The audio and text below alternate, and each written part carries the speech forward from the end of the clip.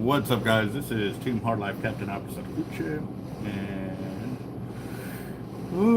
getting I was trying to go live at about 8:15 this morning, but I had to check some emails and do some stuff like that. But we got some unboxing to do and some awesome gear that has come in. I'm waiting on another one to come in today. Well, hopefully, maybe we'll get it while we're on the live. So.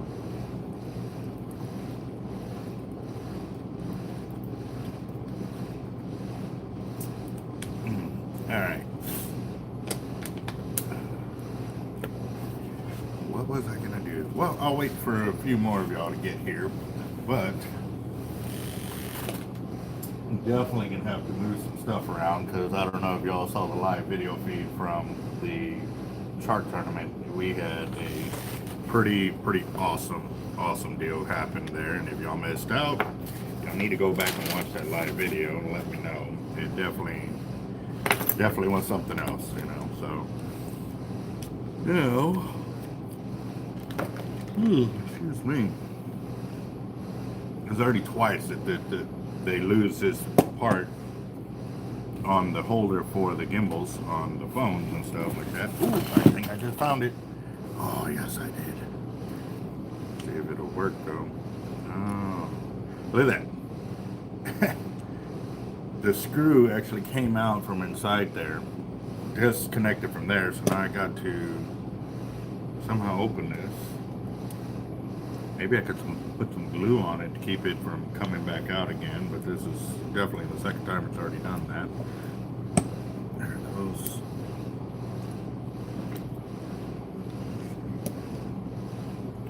Where's my Phillips butt? I've got one here somewhere. I just saw it yesterday while looking for all the other tools that I needed.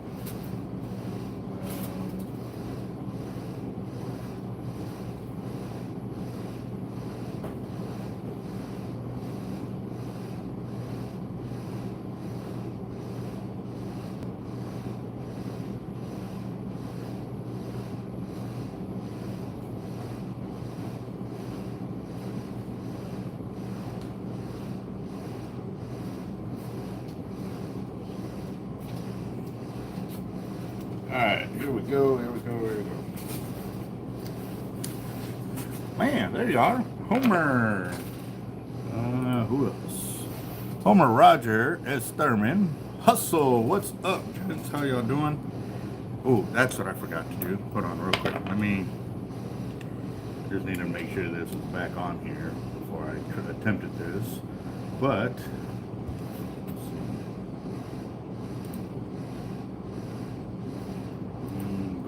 channel real quick.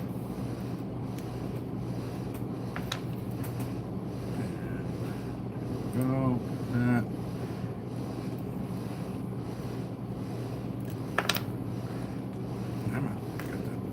So what I'm gonna do is I'm gonna put some glue in that little hole there. Hopefully it'll keep this screw from coming back out.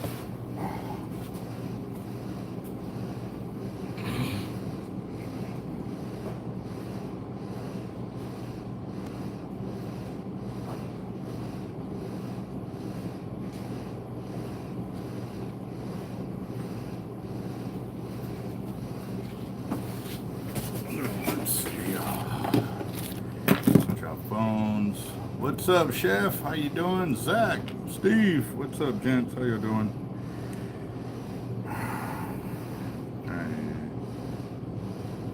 All the stuff we got to do to make these things last.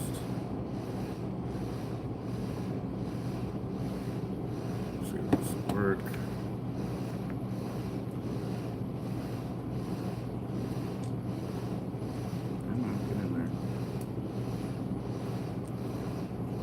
But I know this is not why y'all came on the channel, but it's definitely, if y'all are looking at starting a channel, this is all the behind the scene things that you gotta adapt and overcome of all the products that are available and stuff like that. I mean, granted, I'm probably not investing top dollar into everything, but they're, all right, got that.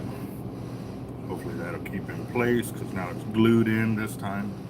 So got that. And we're up to 17. I was gonna wait till 20, but we should get there pretty soon. But I've got to do some crazy. I have your location. Have you found a location for what you got?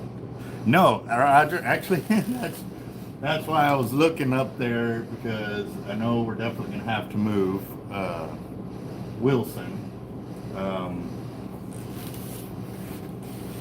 Might have to find a better position for our flag. Our flag is definitely never coming down. We always have our flags up. I'm thinking somewhere up there, because then there's still space for me to move that. So yeah, I guess we can do that. And everybody who hasn't seen the video is probably asking, what are we talking about? Well, you'll find out here in a bit, but if you want to check it out before we get there, then maybe you should go back through and look at the video, but you're going to have to wait till we actually go in that portion of what I got. All right,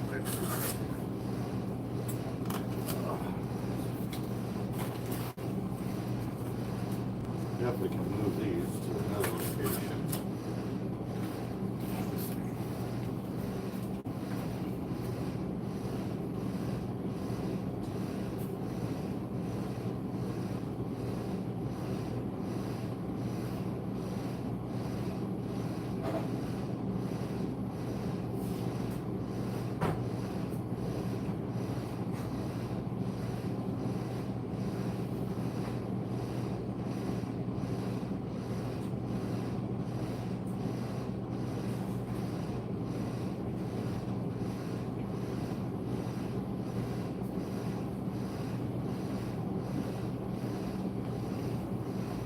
And real quick, guys, on a very, very serious note,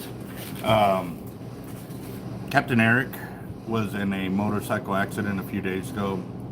He is in the hospital, broke a leg, a bunch of road rash on his hands and body and stuff like that. Definitely want to keep him in our prayers for a speedy recovery, because that's pretty bad. So glad he's alive. I mean, he's on his way in recovery, but again, too, it was pretty bad. So I just found out this morning. I did talk to him for a little bit. I might try to break away. Well, I'm gonna try, but I'm just saying, with everything going on, I don't know if I'll be able to, but I definitely want to go stop by, and at minimum for y'all to keep him in our prayers. So definitely a scary situation. So we'll definitely keep posted on how things are going with that as we find out. Like I said, I just found out this morning. Wilson. Oh. Where can we put Wilson?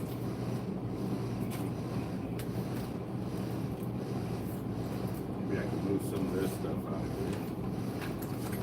So I don't need any more. Do the fire out there for sure.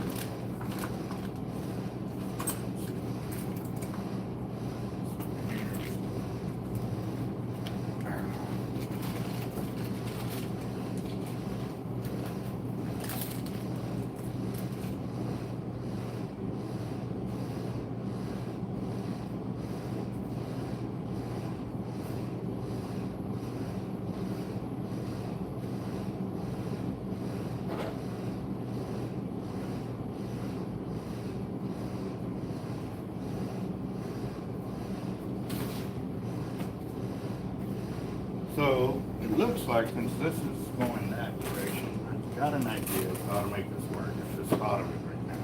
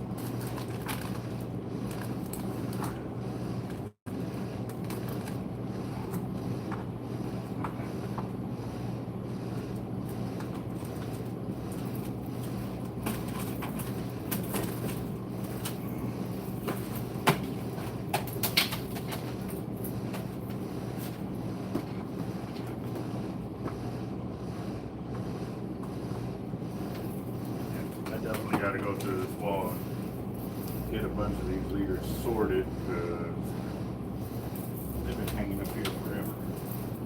They should be in our gear or whatever.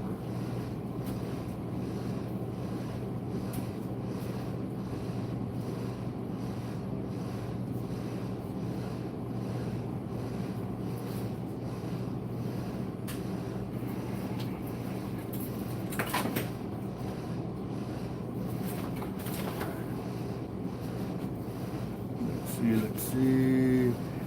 What's up, Jacob? Oh. he's chilling. He doesn't want to get up. Probably not ready to fight you is what it is, Jacob. Alright, so yeah, this is coming down. Don't worry, guys, we got something very special. Very, very, very special. Let me move this over. Find another home for it.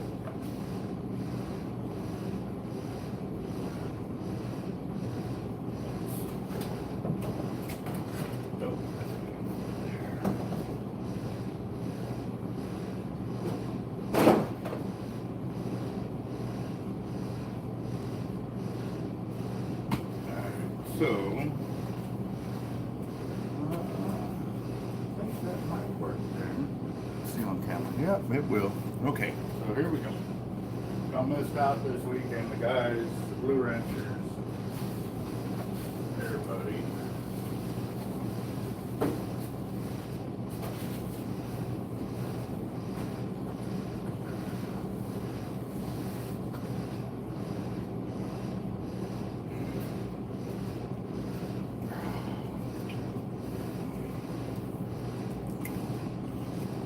Trying not to drop them because they are connected to some wires.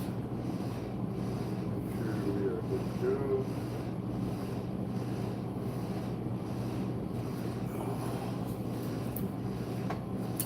So, quick little vote from everybody here. Should we do it straight across or should we do it at an angle?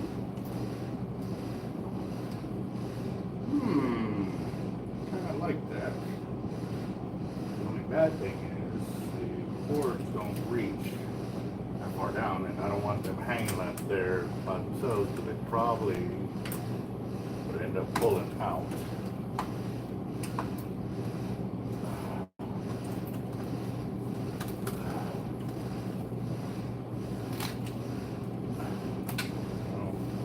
So I'm definitely going to have to get an extension cord to make this work.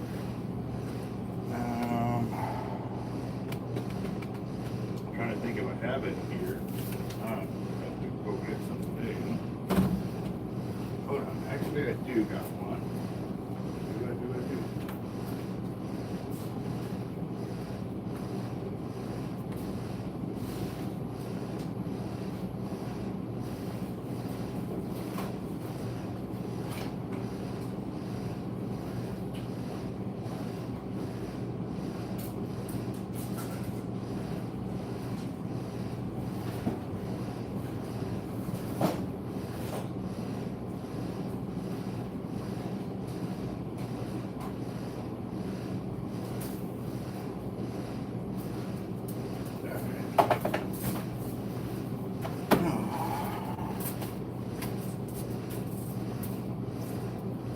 Crazy thing is, though, now I have to be long enough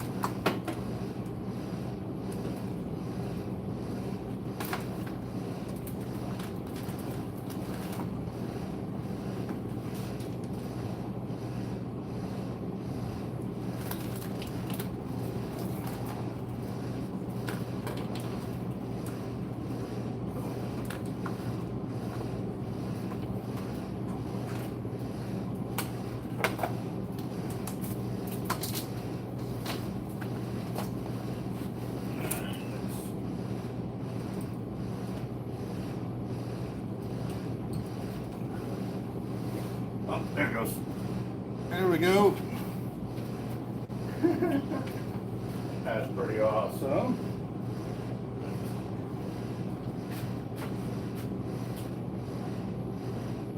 That is awesome.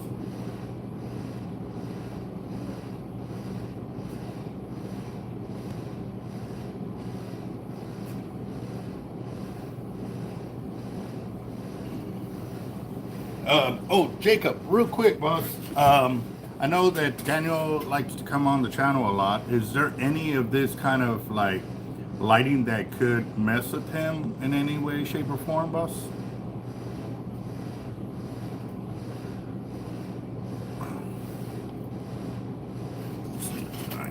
And go. Yeah, that is pretty awesome. So the Blue Ranchers and a bunch of the guys got together and hooked me up with that lighting deal, so that way for my 100K, for reaching 100,000 subscribers. So guys, they blew me away. As long as it's not flashing, so it can do all the digital cutters and stuff like that, because there are times when it doesn't really flat, like it doesn't strobe the whole time, but it'll like blink along the way. Does that kind of make a difference on that, boss?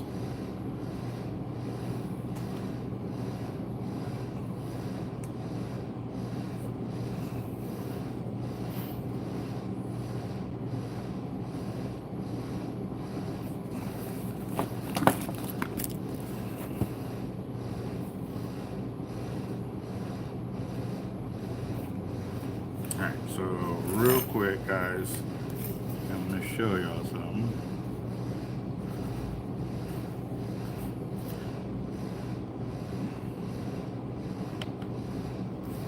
So we got a box from Drew's custom surf leaders and rigs right there.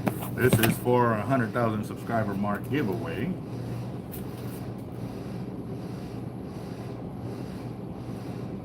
Oh, okay. You see how it's doing that with that kind of mess with him, or it has to be like the bright white strobe, I guess. Is that what it's called?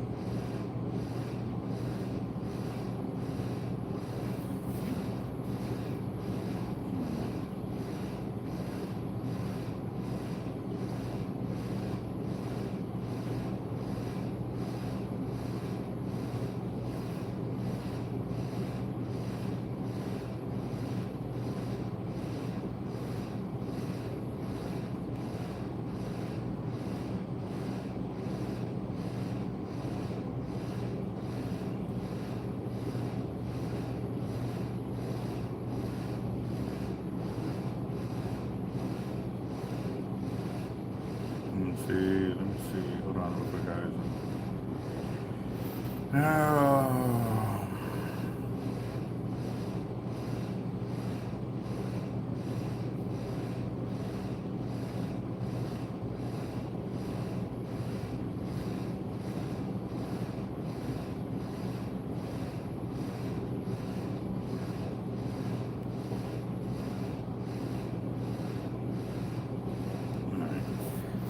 Let's see. All right, Jacob. Cool. I was like, man, I saw that, and I kind of thought, I was like, dang. I said, I don't want, Daniel, to be hit or something like that, So, how much is a full spool of 100-pound hollow core, 600 yards? Do you want to spool it onto your reel yourself, or do you want us to do it?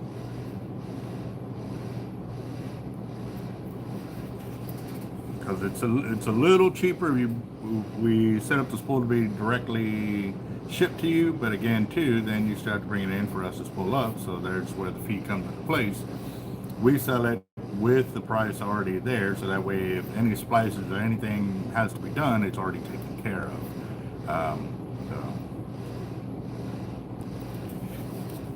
Let's see. I need to open this box. And I got me another knife the other day, and I know somewhere in the truck. God, I can't keep knives on me for nothing anymore. This is crazy. But again, too, is because I was on the beach, and when you're on the beach, I don't carry a knife. Like, you can't keep one in your pocket kind of deal, because one, I'm in and out of the water like crazy. This is definitely different. Like trying to figure out where all the, which way to cut the tape so I can get this box open. There it goes.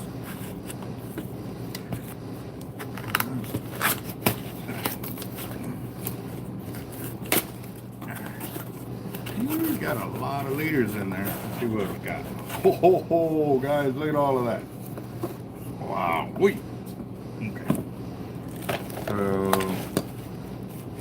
he's got some dropper loop leaders right there.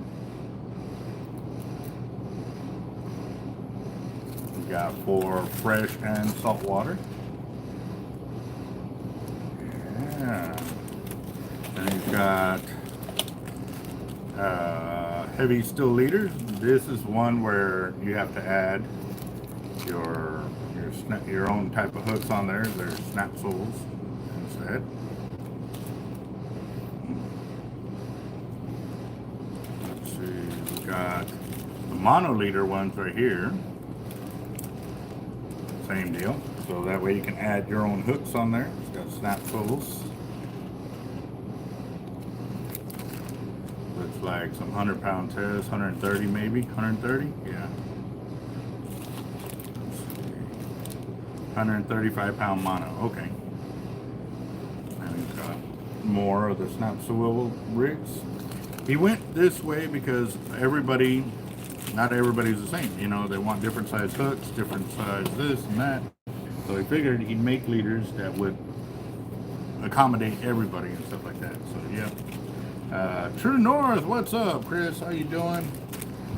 We are here doing our unboxing video for some of our prizes for 100,000 subscriber mark giveaway. Again, guys, I am waiting on more gear to come in. We're verifying new sponsors for the channel pretty much every day. So this is going to be great, guys. It really is. So we've got all these prizes right here for the 100K giveaway. Even sent in a rechargeable lamp, bicycle lamp right there. Cool deal. Yes, everything is backwards because I'm actually using the camera to do this type of video. If I flip it the other way around, everything will be right side forward and stuff like that. So Nico's over there. Call him up real quick because he broke the ladle to sift out the trash. I got one in the bed of my truck. If not, we need to get one to him over there so that way he can continue pouring and not having to stop. Are you still doing just a half ounce? Yeah.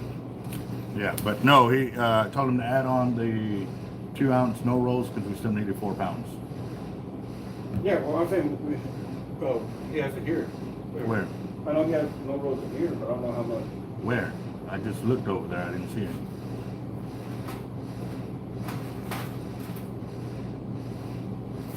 All right. Well. No, I'm just saying. Look, I'm not. No. So I don't run a pet shop, guys. This morning when I was looking. All right. Call him real quick. Find out how bad he needs that sifter, so that way he can continue pouring. I don't need him to stop to drive to Walmart or whatever to go get one if we can get him one over there in a few minutes. What's up, Jaime? We got Hurting for Surgeon in here as well. Very nice. Oh man, and actually I've got to get my order together for True North. I'm running out of several of the products. I'm right at it. I know at the beach though, or right after the tournament, my beard was it was a mangled mess. So I had to do some serious bearding, get that done and stuff like that. So got it, but now we are. I know the Outlaw. Is it the Outlaw? That scent. I was gonna say flavor. Yes, I was gonna say flavor. Yes.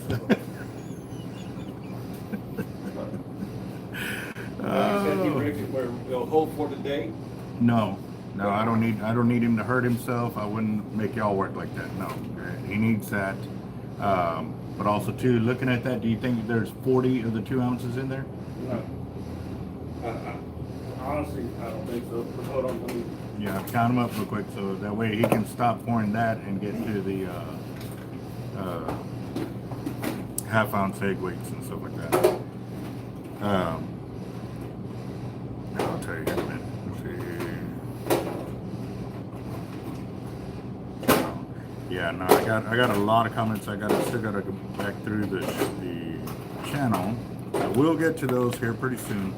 But that came in and I wanted to kind of spend the morning setting that up. But now I need to get back over here because I have the 130 still down on the spooling machine and I can't leave it like that because it still annoys me that I got some grease on there like that. But the good thing is several hundred yards in on the spool, so it should be all right. Come on.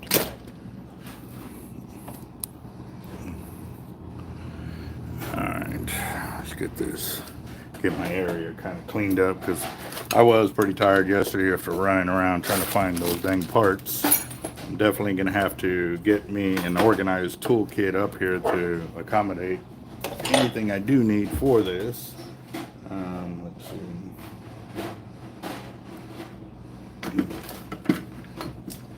Let's get this.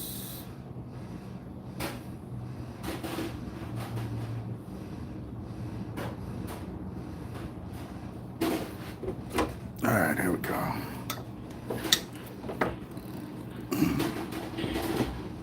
right, here we go. Get that in there.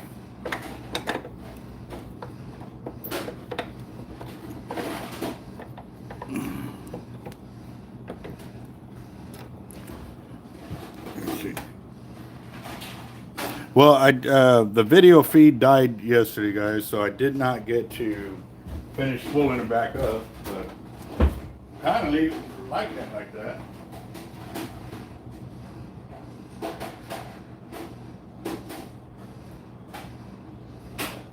Because it really gives everybody an up close and serious view of everything that we do when gearing up for a tournament of down spooling, re-spooling, and all the time it takes to make it happen, guys, because it's not always as easy as just rigging a bait, putting it out there, and hoping for the best. You have seen where my unwillingness to maintain my gear because I was trying to give it the fair shake as I have done all my other gear, because when I was younger I tried to clean a pin rail. It came apart. I could never get it back together again, and because of that I never took my reels apart. Basically I would fish them till the wheels fell off and then I would go from there. Now here's the other thing though.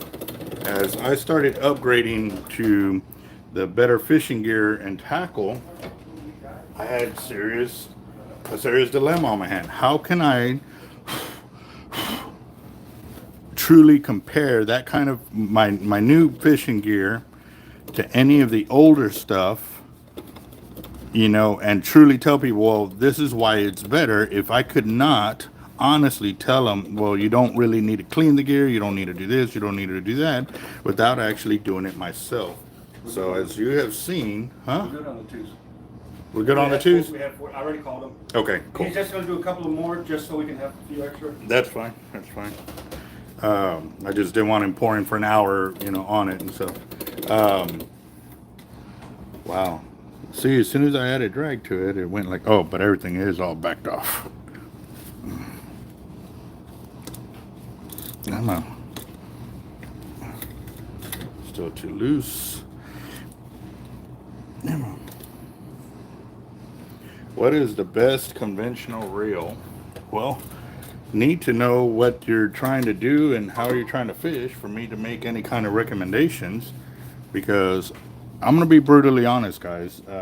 Years and years ago when I was fishing with Penn and Shimano and everything else like that, I fished with those because I had to find, or I had to use so many different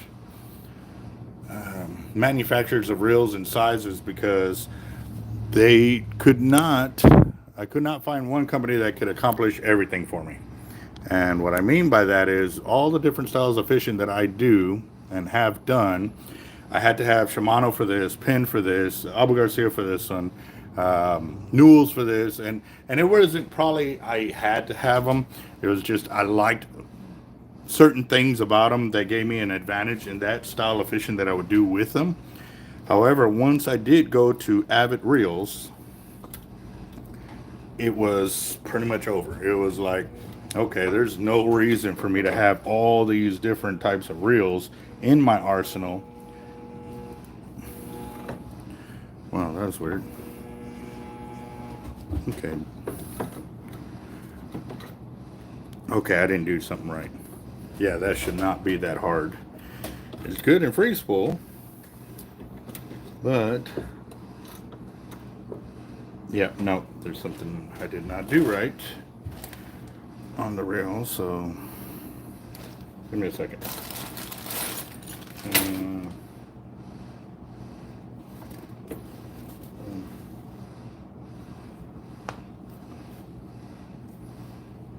Trolling. Let's see. Okay, let me go back and see how much line is on this reel. We did it last night. We combined 130 pound test, 150 pound test, and it was what, 3,600 yards is what we got.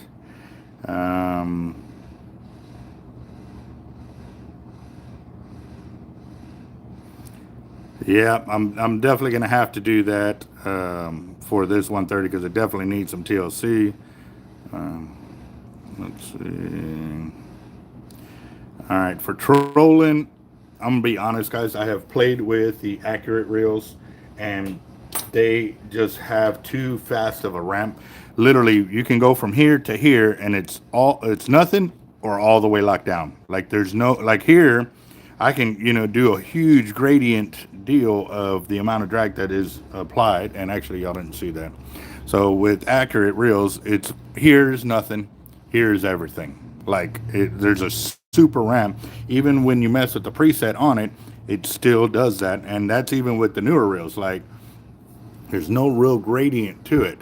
Like I can, with the Avet, I can go from here to, to a little bit higher, to a little bit higher, a little bit higher. Like I have all that availability. And actually with the 130, it goes all the way across. Like I've got a huge playroom of applying drag to the reel and stuff like that. And so for me, yes, with the Avets, if you maintain them and do all that, you can definitely get it done. But yesterday I took this part and I definitely did not put it together correctly. But what I'm going to do, just because I don't want no more grease on my gear or any oils on my gear, because I'm going to be handling and open it up, I'm going to close this up real quick, or cut the braid because I am dealing with hollow core. And kind of keep it in place so I can do this real quick, take this off, figure out what is going on, what did I do wrong, because yeah, it should not be that hard to crank.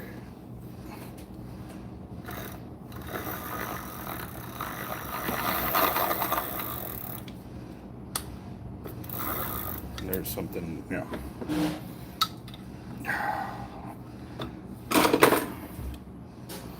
Now let me see if I can get it off of here without having to go through the other side, because I did finally get it off yesterday.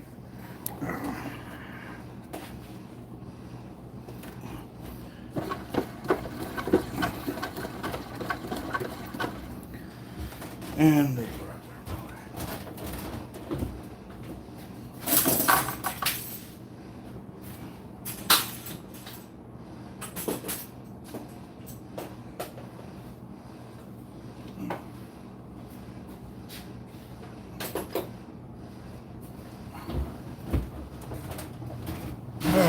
okay.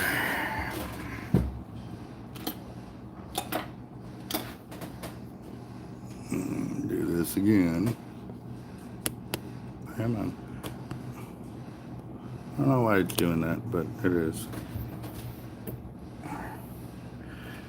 And what the reason I keep pulling the camera up like that and back down is because on here it's telling me that I have to level off the camera and stuff like that, but it's acting a little funny.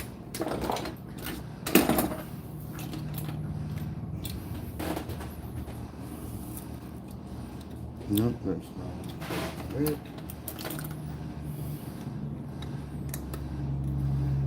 There we go.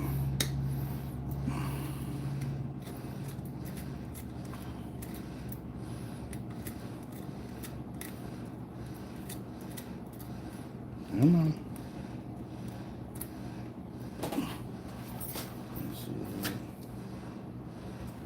Let's see.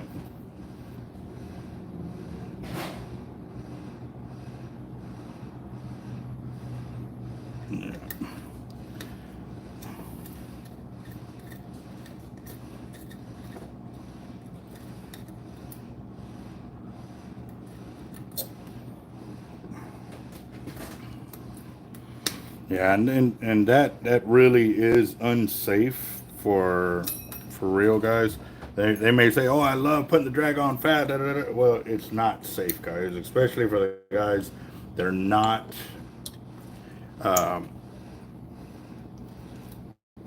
exposed to those type, or not used to using those type of reels.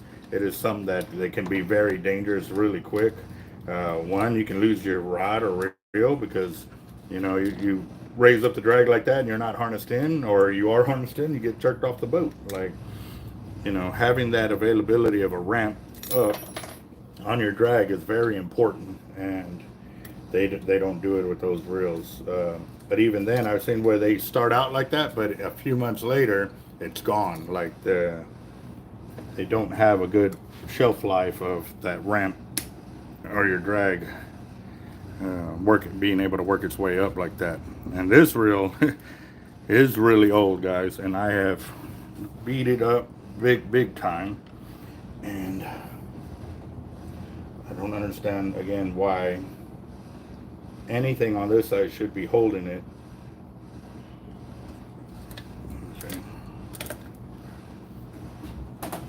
Because I want to say I can remember pulling this whole side off without messing with anything on it, because I just don't remember any of it gripping onto it like that. So I'll try again.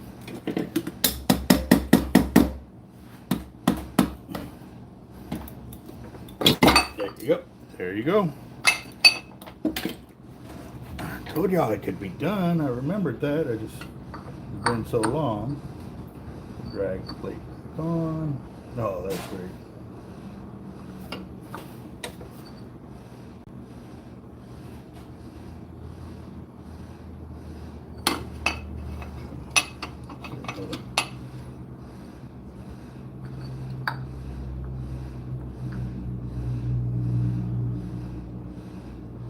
Come on, get back in there. Gotta line the notches.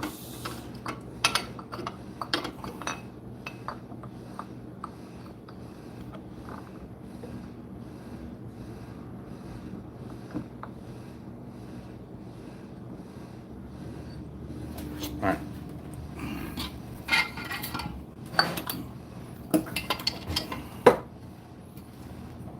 The only bad thing about taking apart a rail by leaving the handle on there. Okay, it already notched in itself, but when I pulled that out, the deals came out of place here.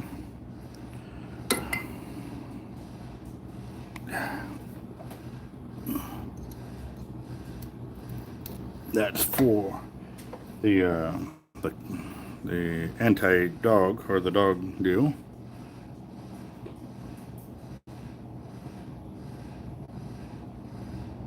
What is up here?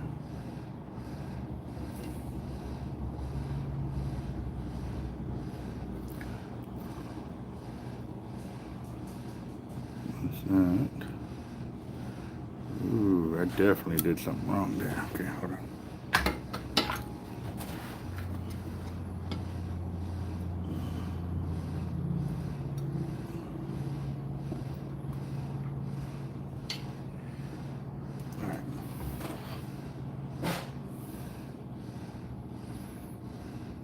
Hold on, before I grab it, let me get that grease off my hand here.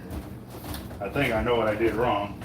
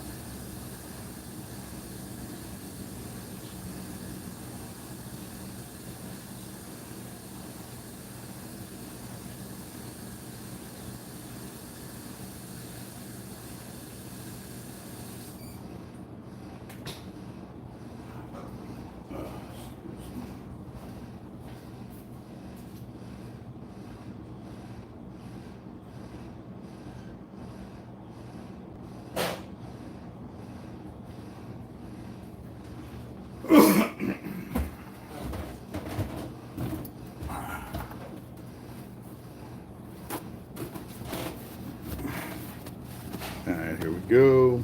Alright.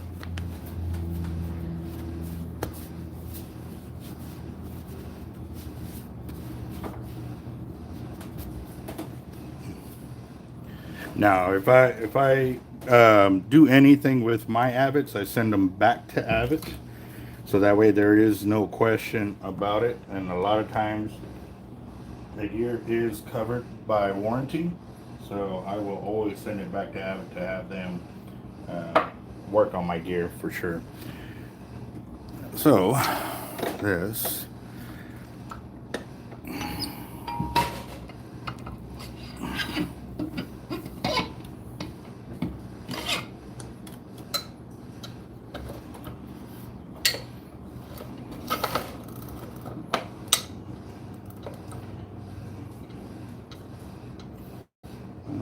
see if we can get in there.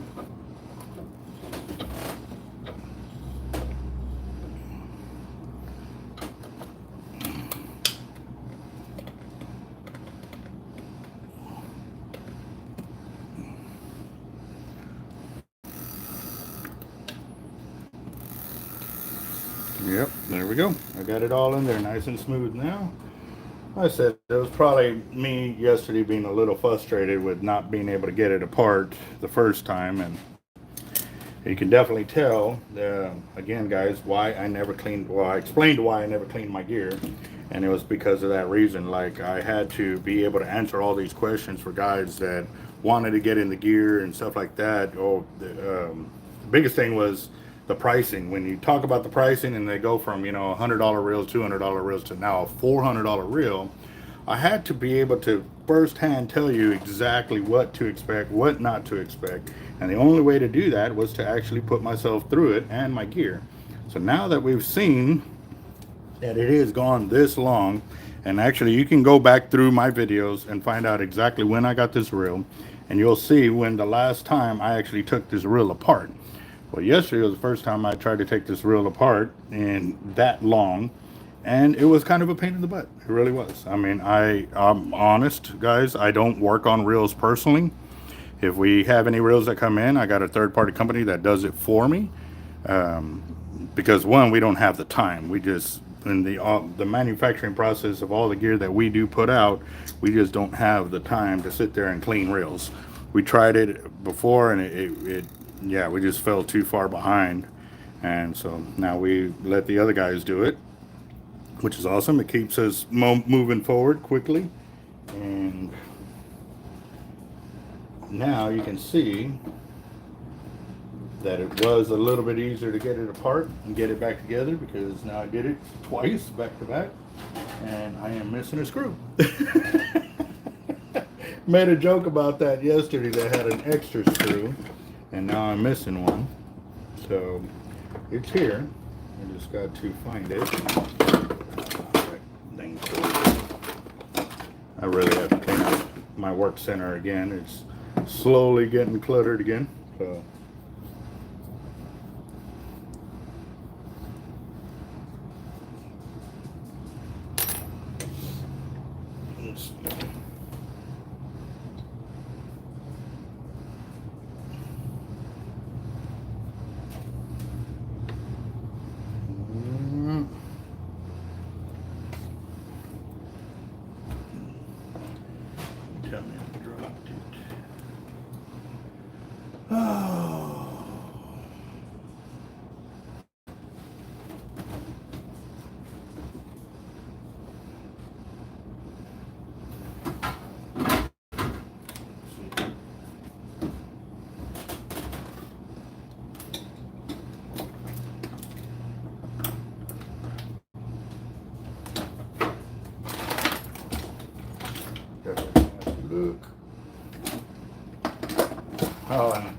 that's funny. I've got a magnet for parts right here and tools, and I should have used that so that way I didn't have to worry about this at a later time. I didn't.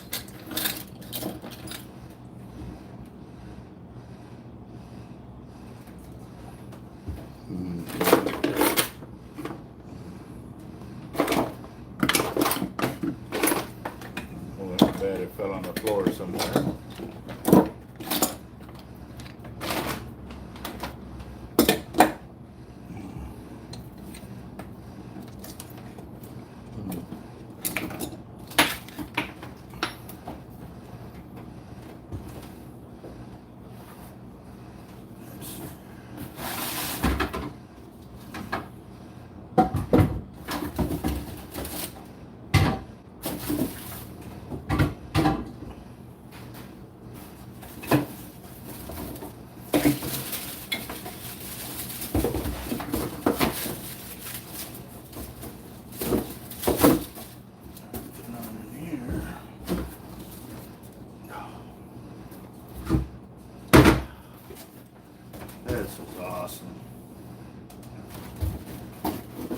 Really angry at me, that's for sure.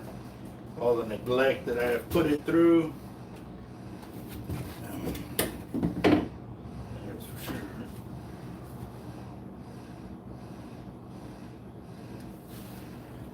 Definitely put it through some neglect.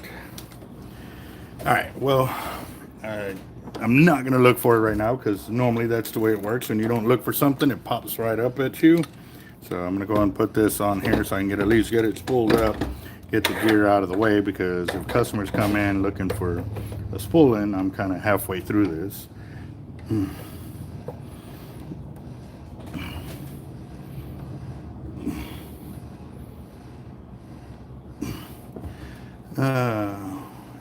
LFG fishing, what does that stand for, boss? We have a lot of new guys on the channel, and welcome to Team Hard Life YouTube. And I am messing with my 130 Avet, which we noticed yesterday the clicker wasn't working properly. So I attempted to disassemble it to figure it out, but comes out I'm gonna have to just order that assembly to fix the reel. And in doing so, I put it back together, and I didn't put it back together correctly because it wasn't free spinning. And what it was, the left side housing, there's two of the anti-dogs, or the dogs to keep it from going into reverse. One of them wasn't aligned correctly, and when I placed it all back together, it was keeping it under pressure, or keeping it from going complete free spool. And so I disassembled it right now, got it back together correctly. And now I have lost a screw. So, and I'm going to be honest, guys, I'm not the type of guy that loves to clean my reels and I take them apart. I do not. I repeat, I do not like taking my reels apart. I do not like servicing them or cleaning them or anything like that, because you always lose a screw or a spring. And yeah, I'm good. I'm good with that. Not having that that type of deal in my life, but I did because I needed to show my subscribers of how long it's been since I've cleaned this reel. And that goes again back to why I love these Avets and what they have to offer, and that is ensuring that I don't have to clean it every couple of minutes, because it's a high dollar reel, and if you don't maintain it correctly, it's not going to work. Well, this is proof that I have not maintained this for a very long time, and it's still kicking butt and taking names, that's for sure. So, needle, I got them over here. Now what I'm going to do is I'm going to splice in my hollow core braid to get it done. Let's get this back over here.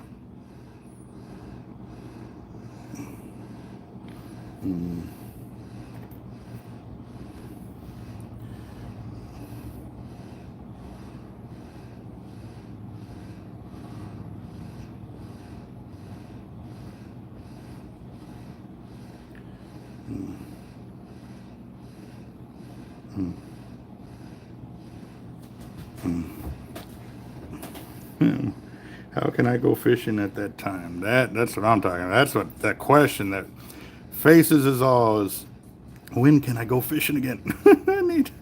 I just got off the beach Sunday, and it's already Monday, and not, or is it Monday or is it Tuesday now? Today's Tuesday. Still trying to figure a way to get back on the beach. Yes. What's up, Damon? Yeah, right. What is clean reels? I'll buy that for $100. What is clean reels? That's for sure. Yep. Oh man. All right, guys. So if y'all don't know, Damon Remillard is my longtime shark fishing tournament partner. We've been fishing together for a very, very long time. Still remember when he first walked up on the pier and got into the shark fishing game, and he's been lost with us ever since. But it is definitely, you know, one of those lifestyle changes, and he's always been into fishing. It's just getting into the shark fishing game was a whole different monster. So he joined up with a bunch of the fishing guys from different crews and fished with them down beach, on the jetties, on the pier, and he is probably one of the most versatile fishermen in both fresh and saltwater fishing that I know. And definitely look forward to the many more crazy adventures that we all have.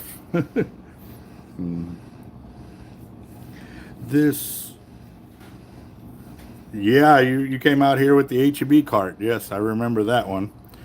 I also remember the diamond Momoy monofilament that you had on your reels at the time, and on the 280, was it 280s, right? Or was it 250s and an 80, something like that? I remember they were blue. And now I can go and get this in. All right, guys, so if y'all didn't understand what I just did, I just attached the line back into itself without using a knot. What it is a Chinese finger trap. Basically, it's an inverted deal. So I stuck my finger in this way, stuck my finger in that way, got it in, locked it down. So now that is my knot. So I can put two lines together, and this is where the hollow core braid is going to help you out in the long term of saving money. Because now, say I did lose just that amount of line, you come in, we splice in, and we can add on more line to get you back to where you need to be. Now, if you were real specific, I'm like, I need to know how long that top shot is. By doing the different color braids like I have done on here, if we know the exact number of one of the inside braids, then I could easily go to my notes there, and let's see.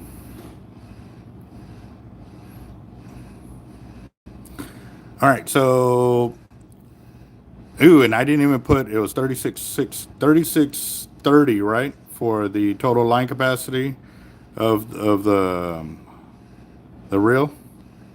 So I can find that inner color change at 1,887 yards, start my line counter there and go outwards, and I can get to the almost exact amount of yardage every time. And I say almost exact because spooling is like everything else. Sometimes you have your good days, sometimes you have your bad days. And on your good day, you should be able to get more than what you originally put on there, if not exactly what you put on there. But if you don't and you're having a bad day, then you're not going to get exactly what you put on there. So here we go. I'm going to go ahead and put this back on. And I'm going to start the line counter over just because I want to show you, like, okay, so I lost that much amount of line, but I like mine completely filled. Let's see how much line is it can take back to fill it back up, and then that's where your cost of maintaining your line is going to be. Give me a second. Let me get the video back on so I can see y'all's comments. There we go.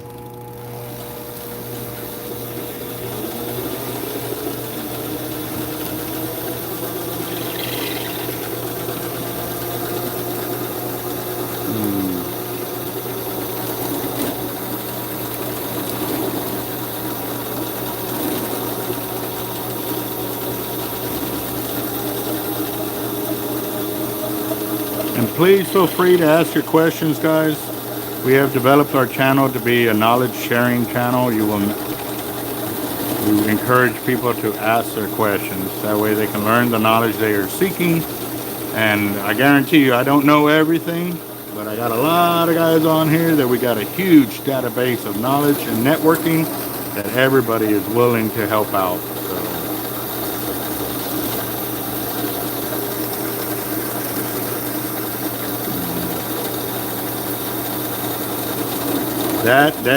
yes.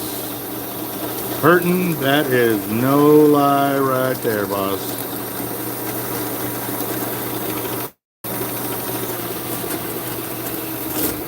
Nope, there's my knot. I was like, man, I'm coming up on it because I'm getting pretty full. And there's my simple knot. Just try to get it together so I can do the down spooling because I had to disassemble the reel. And if y'all missed out what happened yesterday, you might want to go check out the live from yesterday. But yes, I had the reel completely disassembled yesterday looking for what was wrong with it. And yeah, it definitely needs some TLC. But one of the things too, guys, when you do send the reel in, if it's over spooled like this, they don't like that. So definitely take off some to where they can pull the spool out of the housing and do what they need to do. So, and since it's only the clicker that and actually guys, check this out. Remember yesterday in the video, you could not see the daylight past there? And actually here you can, or actually I can see it, but I can see the daylight where there's actually a color change in there. Whereas before you cannot really see it. So it just shows you between yesterday and today, I was able, in that little bit of area, I was able to get more line capacity on there. So yes.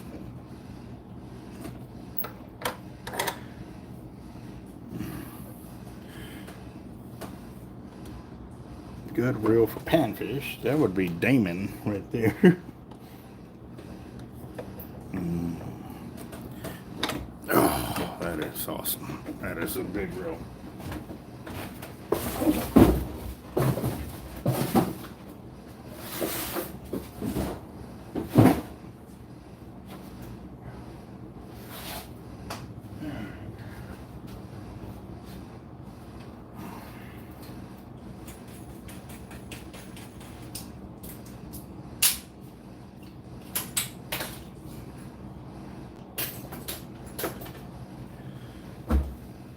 So here's my Patriot 80, and you can see all the sand and everything on it. I mean, yeah, this reel's never been taken apart either since I've gotten it. I know Gary, this was his reel. He maintained his reel and stuff like that. But I've had it for I don't know how long now, and just to give you an insight, yeah, it is filthy. So I'm gonna use my rag and do a little bit of wipe down just because after yesterday, it's definitely time for me to actually start giving my reels the TLC that they have rightfully earned after being in the collection for over 10 years and probably never being cleaned or worked on. And so, yeah. And I know this wipe down on the outside is not doing anything to help it on the inside. It's all cosmetic. But again, too, I am, I guess, now going to start and trust me, this may be the first time that it gets a wipe down like this, and probably be the last one for a few years. But I'm going to try not to make it that long. And I'm going to take this off. I'm going to down spool the reel because I'm going to check my line capacity on it to see how much line I actually lost. But again, too, on the Patriot, actually, I think I have the notes on it.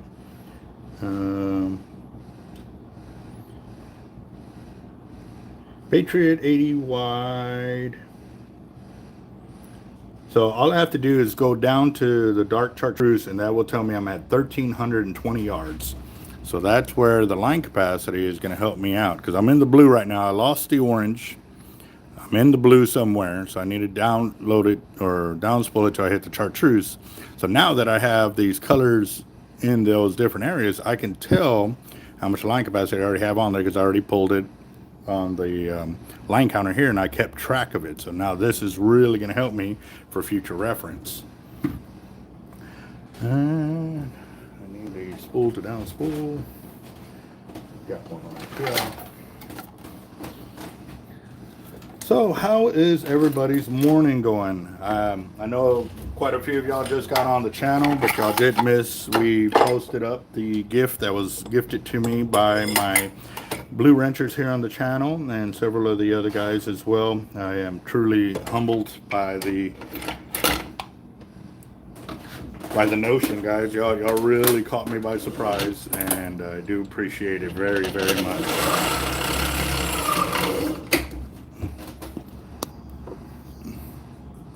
Go.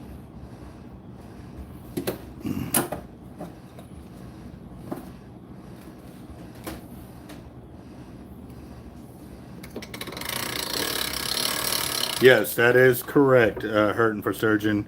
Let me read the question. John, I'm not a big spender. I see a $40 reel and I'm in shock of a low spender reel, fishing reel.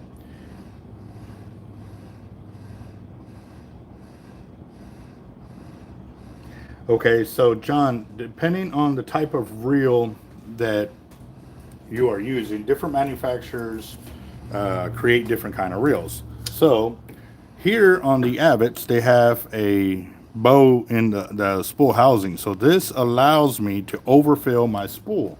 However, if you get like a pin, and I'll show you this real quick. Okay.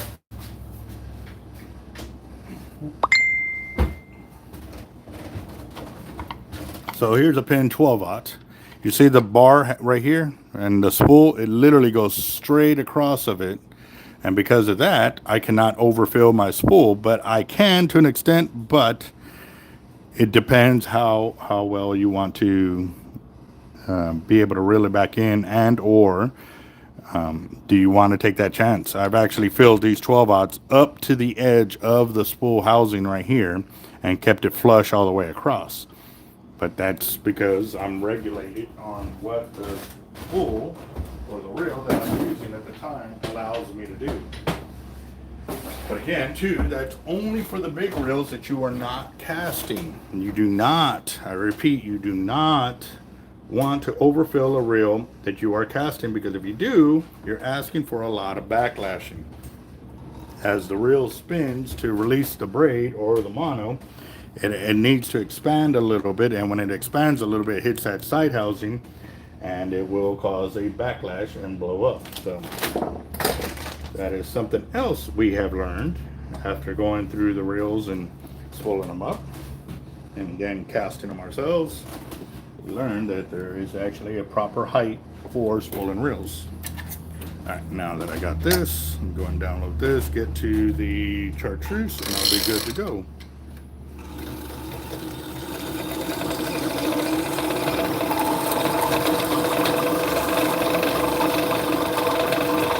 And also too, by me overfilling the reel like that, it's not mandatory to fish it like that.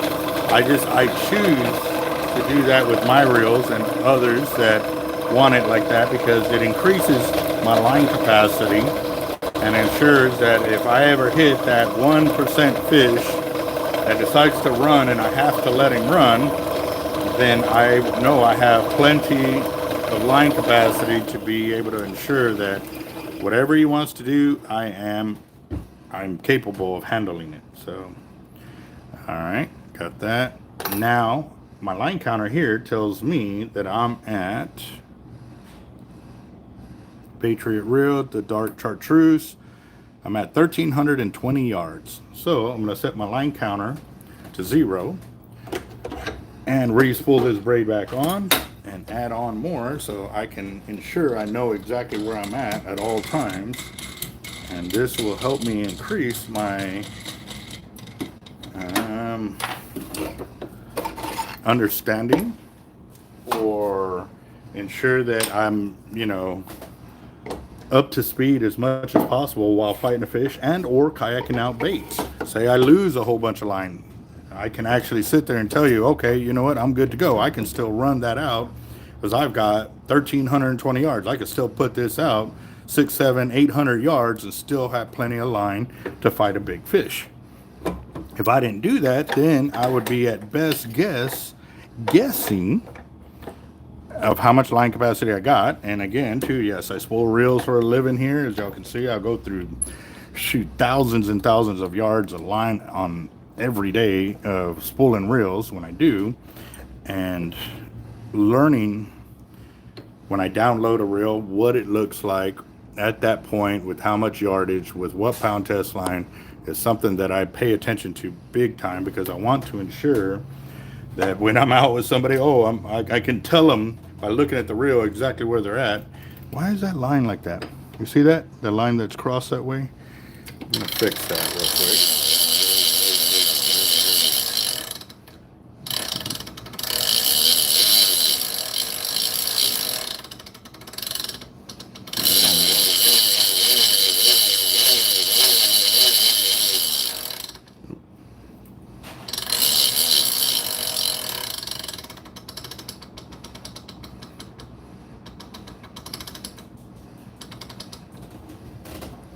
All right.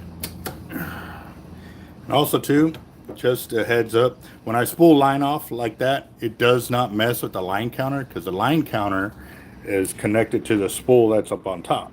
So right now, even though I messed with all that line, it's still reading 0 right there. So I do not mess with my line capacity. Now, if I would have spooled it back onto that spool, then yes, it would have messed with my line capacity.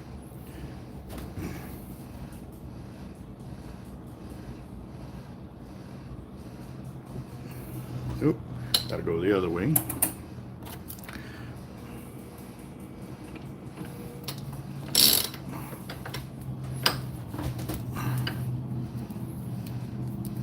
What do I do with the old line? Okay, so old line that I pull off the reel, that is going in the trash. When I finally have, like, say, okay, this line is no good, it's got too much frays, or it's bad in some kind of way, then I throw that line away. It does not get reused because it is hit its max life. Now, I have line on this reel that is better part of 10 years old or longer, actually longer, way longer, because it was back when I was using Jerry Brown on a regular. And let's see, hold on. I don't use Jerry Brown on a regular anymore. Well, I don't order it. I don't order it unless a customer wants it and then they bring it in. And the reason I will not order Jerry Brown is because of all the bad customer service that I have gotten. And I have still see where they do not fix line or anything like that. You have to pay to ship it back to them do their testing, and then they'll send it back whether they approve of it or not. So yeah, for me, that's not good. I don't have that kind of window to have my customers wait for gear because a manufacturer is doing that to me. So, all right, line counter zeroed out. I'm going to add this on, and actually I need to fix my height on here because it's not where it needs to be.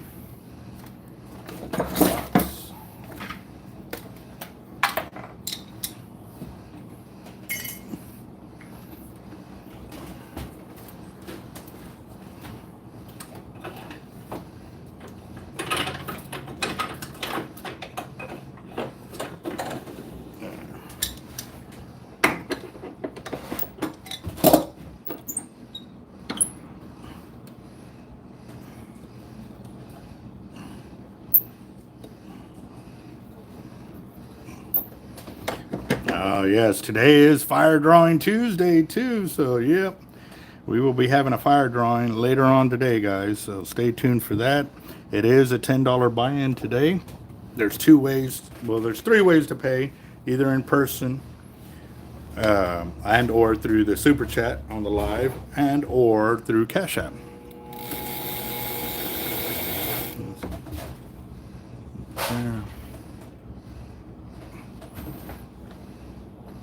Oh, that's why it's not all the way fully seated. Damn.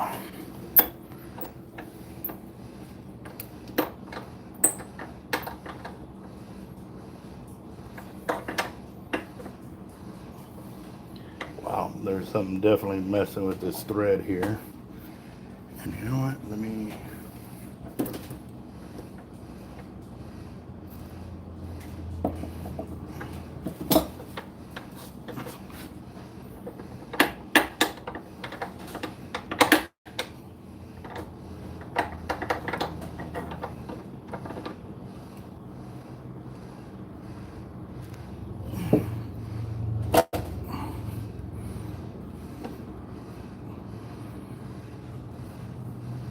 All right, here we go. Got that.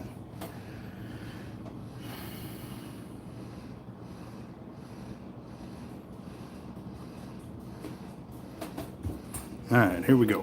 Oh, let me move this over. So there we go. Line up my spool with this. Ooh, ooh, ooh, ooh.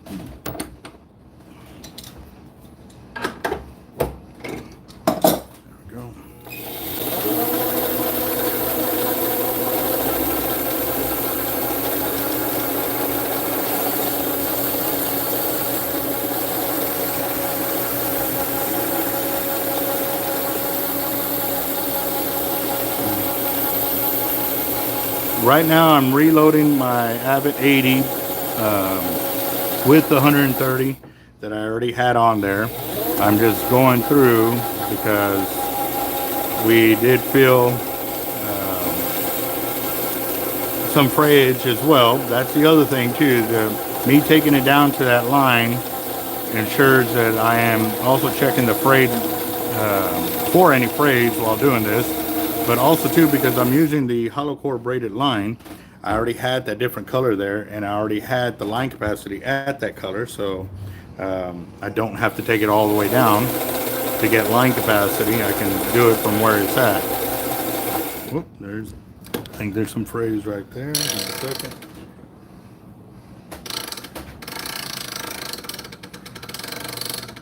Right there, look at that. There's one fray, but I think there was two. If not, it must have been a line twist.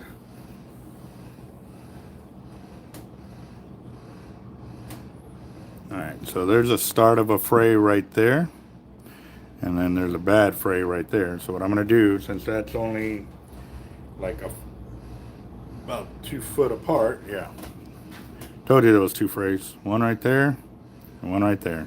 So what I'm going to do is I'm going to cut it off a little bit past the fray. And splice it back in on itself. So that way I can save. There you go. Cut out the 2 bad sections. And again, that's all I lost right there. Now I'm going to splice it in on itself and keep adding my line on there. You can call the shop at 361-334-2171. That is our shop number.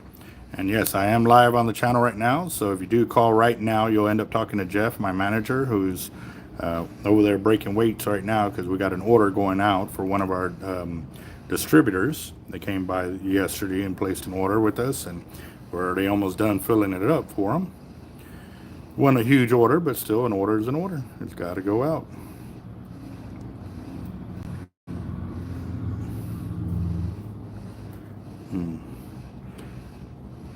And Viking Fish, where are you out of, boss?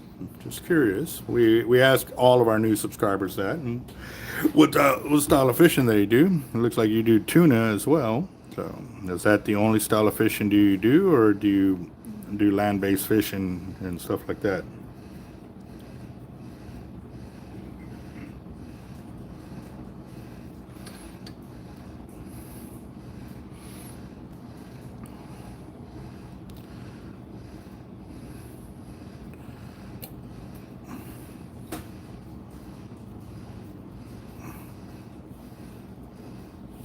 Oh, okay, you're in the Philippines. Very nice.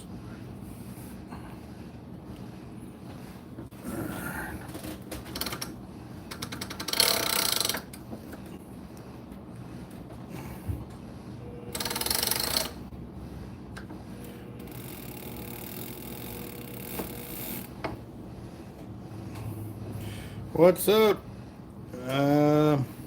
DNL? I am not going to try to say that because I know I'm going to royally mess that up. J-Dog, what's up? 2MXL 80 and a Tackle Industries rod. Oh, there's something else there. Hold on. Another fray right there. Let me see up here.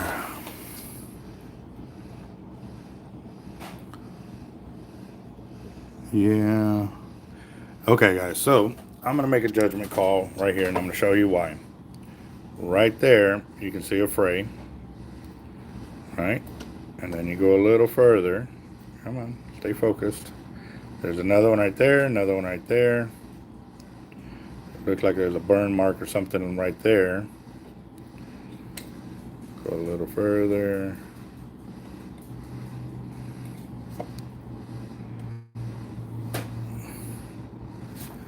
Yeah, I'm with those amount right there and that short period.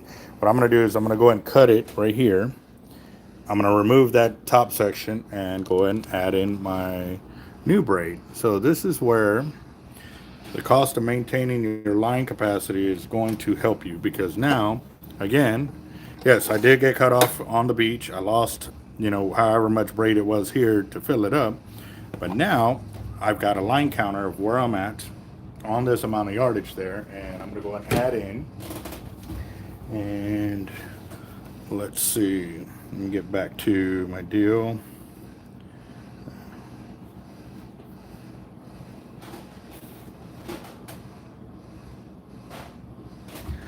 Is it monofilament, Mohammed? Or is it braided line? And if it's braided line, is it solid or hollow?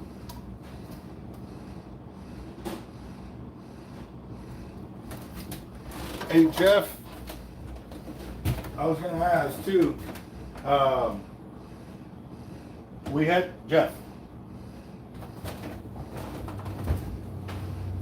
that Cortland, that 130 and the 12 strand. Because we're missing a whole spool.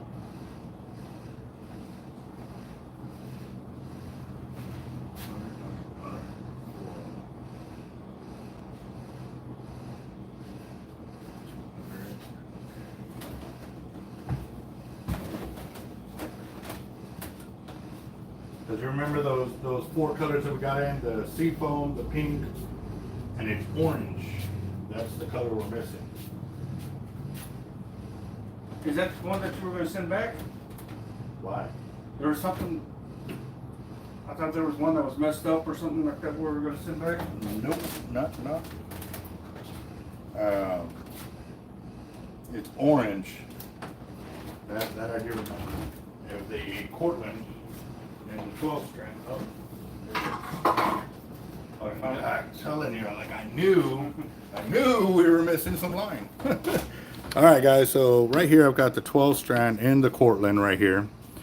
It is, well, it's not 12 strand. Oh yeah, no, this one is their 12 strand of the hollow core braid, and basically it's their master braid. This is what they consider to be their solid braid. However, we're going to put this on because we have not had a chance to play with their 12 strand in the 130 pound test. So I am going to put it on because that's how we learn about these braids, guys. We actually put it to use. We don't just, oh, we heard it works.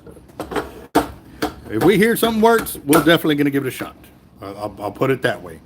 All right, so on the blue, I got 251 yards on the reel. So I'm going to go back to my notes. And so from 1320, let me erase that. 1320 plus 251 is 571 yards. 1,571. Is that right?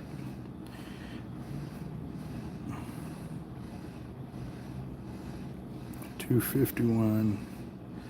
Yes. Yeah. All right. So now I'm going to connect in my orange 12 strand of the master braid onto my reel as my top shot. And the reason why I'm going back with the orange, because I already had it typed in there, but one this is the Cortland 12 strand that we just got in a few months ago. They've been in the braid game for decades. Like, they've got some serious lines. Even the fly fishermen, this is known by them. Like, they're top of their game on that. Also, too, their customer service is epic. They definitely keep track and they follow through with what they say they're going to do. And I love working with Cortland Braid, Tightline Braid as well. Those are the only two companies that I deal with direct, because they have allowed that to happen. Hold on. Hello? Hello? Okay, I don't know who that is, but... Alright, let's see. Get back on there. Now, put this over here.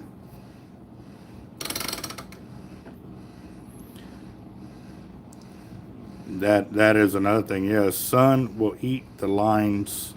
However, that was one of the deals that I know when I was talking with some of these companies, that they have a UV protectant on them and stuff like that, or it built in, however they do that, and to help it with that. But again, too, you leaving out in the sun forever and ever does not help anything. Sun eats everything, guys. So don't do it that way.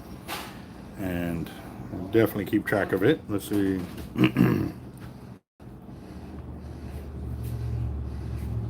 KTM, what's up, boss? How you doing?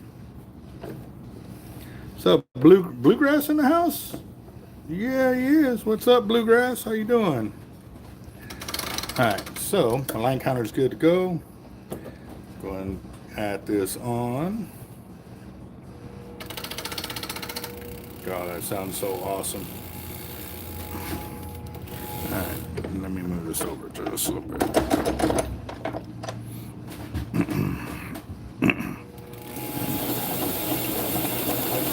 What? 760,000 views? Share the link, KTM. Let's check that out. And KTM, is that here on YouTube?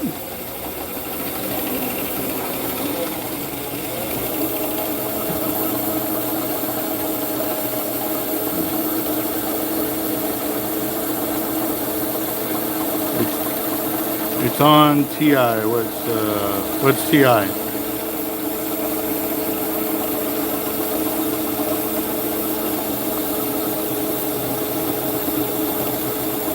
Oh, TikTok and YouTube. Good deal. Share the link, KTM. Definitely check that out.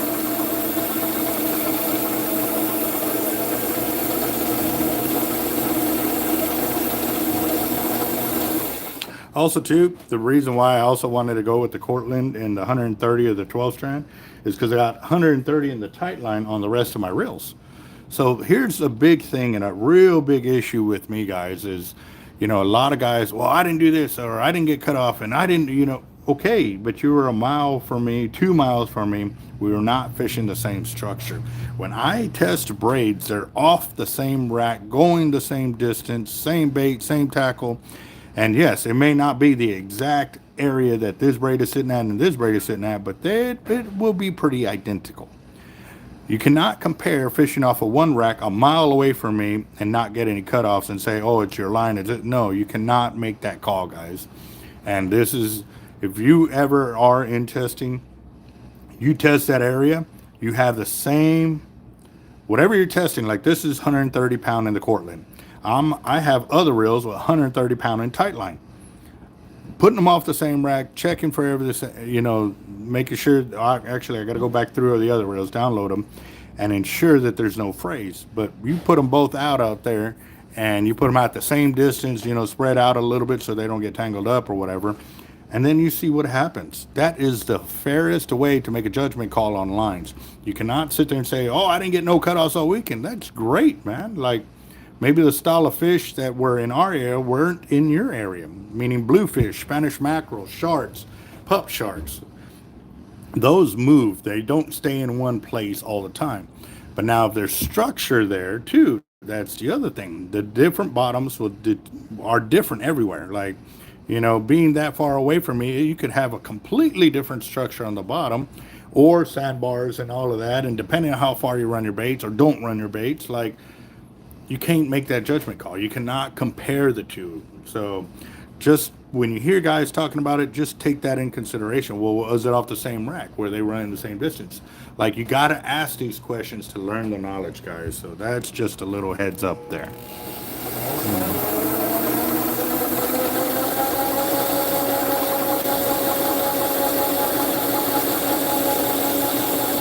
All right. Okay. Well, looks like Steve just shared it for you. That's awesome. I want to check this out. I'm gonna have to keep the volume low because obviously, if it has any kind of verbiage or whatever, let's see. Come on. Open channel activity. It's not letting me open it. That's not cool. Move channel activity. Yeah, it's not letting me follow it. I don't know why. Well, I tried. Oh. Well, if you can share the right one. Does it have any kind of music on there at KTM? Because if it does, then I can't.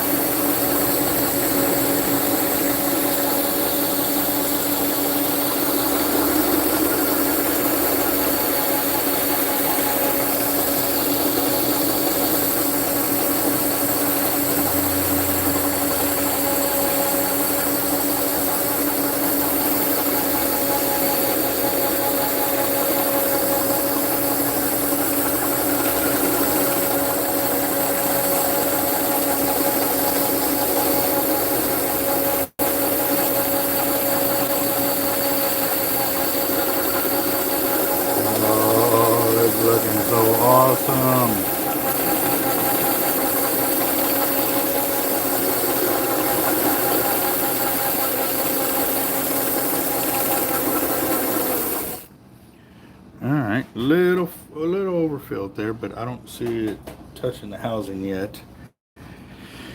All right, we are good. I'm gonna leave it right there.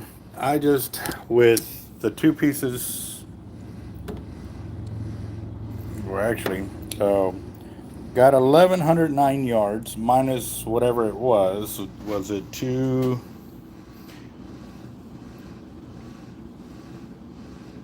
Let's see. It was 251. So what I'm going to do over here is I'm going to just put that total number and add it to the 1320. So let's see. Oh, sorry guys. I totally forgot I was on the phone that I was actually on the live with. 2429 is the total yardage that I have on the reel right now. 2429. And that is with the orange added in there and the blue re-added on there. So, but now that gives you the kind of yardage of when it's out, you can figure out how much line is left on the reel and everything else. But there you go. So I added what, 900 and, or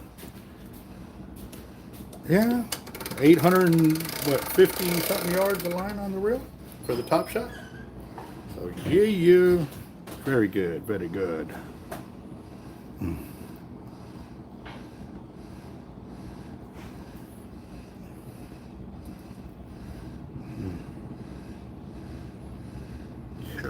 All right, Muhammad. Well, it was a pleasure talking with you, boss, and thank you for joining us.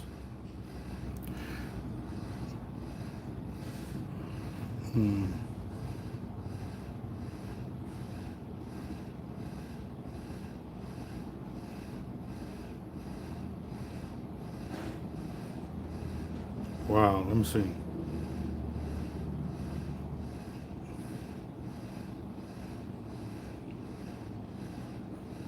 No, not there.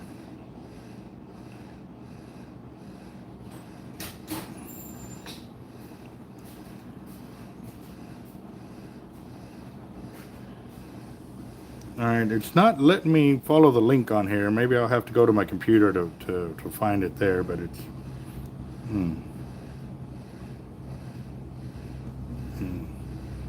Yep, here we go, getting that.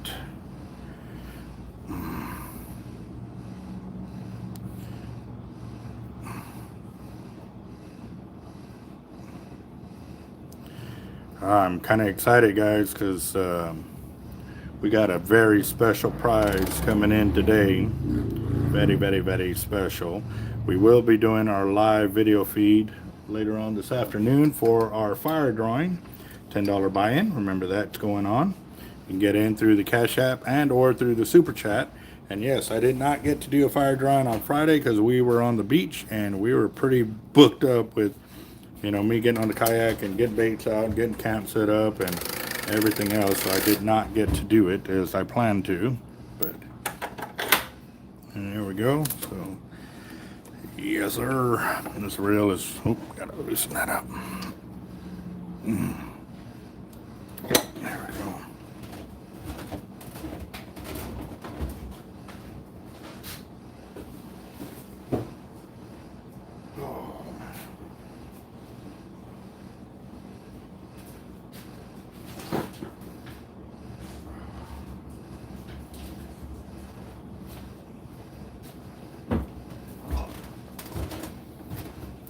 All right, let's see.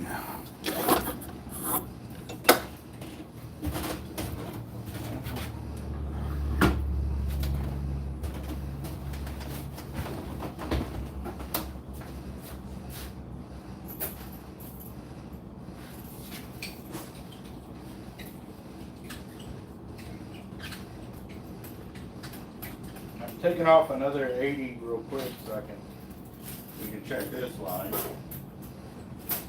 Actually, I'm going to take off both 80s because I've got 2 to check through that we used.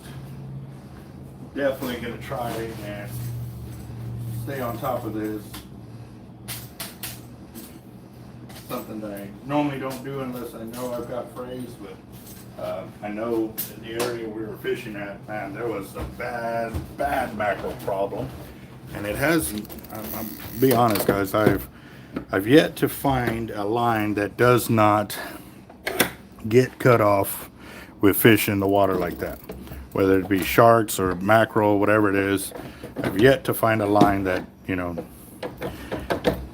doesn't allow that to happen. I had some guys telling me about the colors they use and they have no problems or issues. I have to see it for myself, guys. I really do. So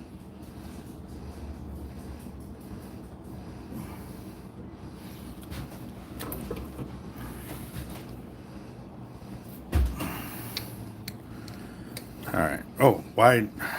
Okay, sorry.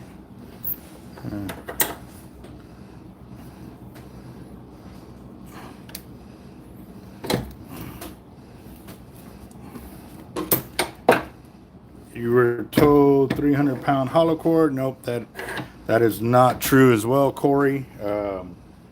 Darnell actually uses 300-pound hollow cord for his top shots, and it has reduced it, but it has not eliminated it 100%. We haven't found a line that is okay. Actually, well, I'm gonna take that back. We found one line that was 100%. You were not getting cut off. What it was 135-pound coated cable. The only bad thing about using coated cable for running on the beach is it's super heavy. So that's why that's really not, it is an option, but I guarantee you trying to kayak it out, you're not going to get more than a couple of 100 yards. Because what it does, it actually sits on the bottom, and yeah, it can be done, but you're not going to get the big distances, you know, hand paddling for sure. Drone, I doubt it'll be able to, I really don't know if it'll be able to carry that kind of weight. And I say I don't know because I really don't know. We'd have to actually go out and test the drone to see if it can do.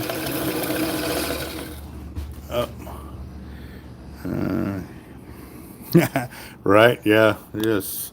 And right now, I got to be honest, guys, I started the video with like 74% battery.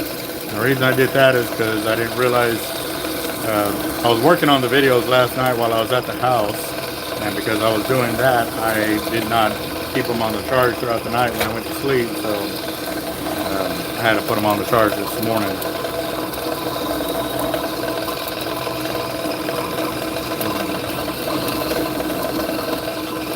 Drone will be no-go for coated cable. Okay.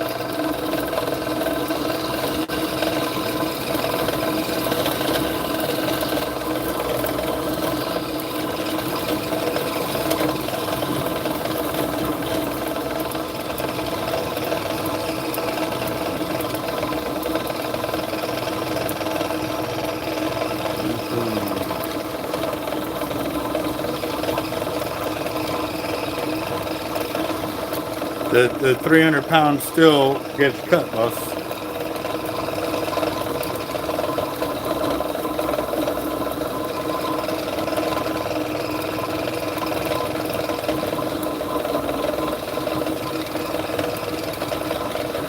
I've actually used the Diamond 200 pound, and I was still getting cut off with that. So at that point, I was like, why use it if I'm still going to get cut off? So I stopped using it because it ate up my line capacity on the reel. So I stopped using it a long time ago. Yeah, yes, I do have a wireless charger for the phone. Why are y'all asking, guys?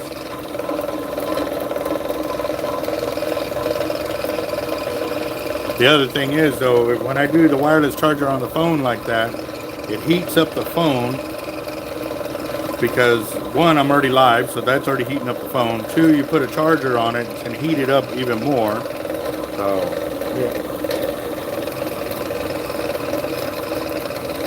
And to be honest, guys, I don't know. I don't remember if we went further than that, but I'm just going to take it to the next color change just to ensure that I'm good to go. Yeah, I don't think we went any further than that. That's too pretty, and I guarantee we don't always get it back on there like that, especially when we get a cutoff. So I'm gonna stop there and then take it back up and see for any frays.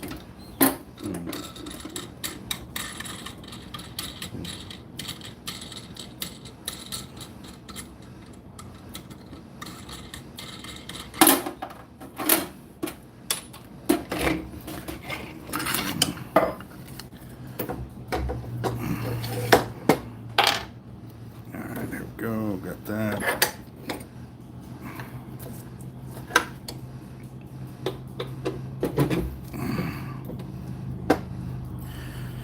And see, and that's why I really wish the sharks were not always out far, you know, and you know, we've been getting a ton of reports of sharks being up close and everything else. You know, guys catching them 100 yards out, 200 yards out, 300, and trust me, we tried it. We tried it for that tournament. We put baits up close, this, and that, and the ones that actually caught were the ones that were out, you know, 1,000 yards or more, something like that. So, hold on real quick, guys.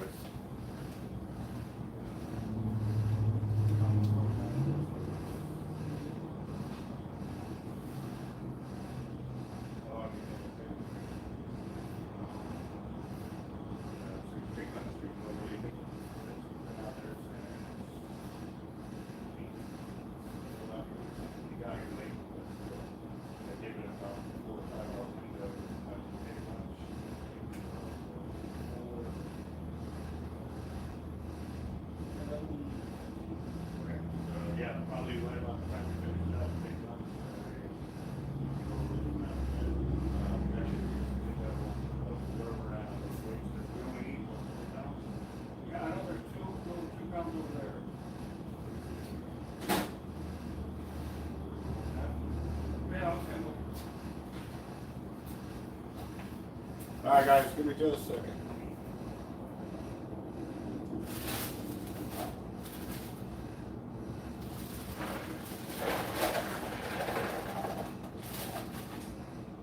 That's that 8 pounds right there.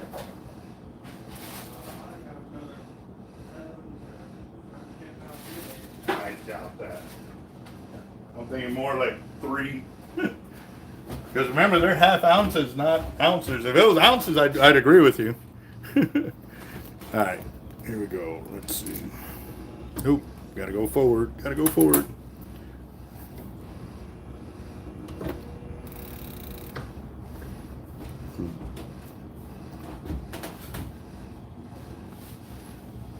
Nice. There you go. Yeah, we did catch a little, or actually Brandon caught a little bitty dusky this weekend.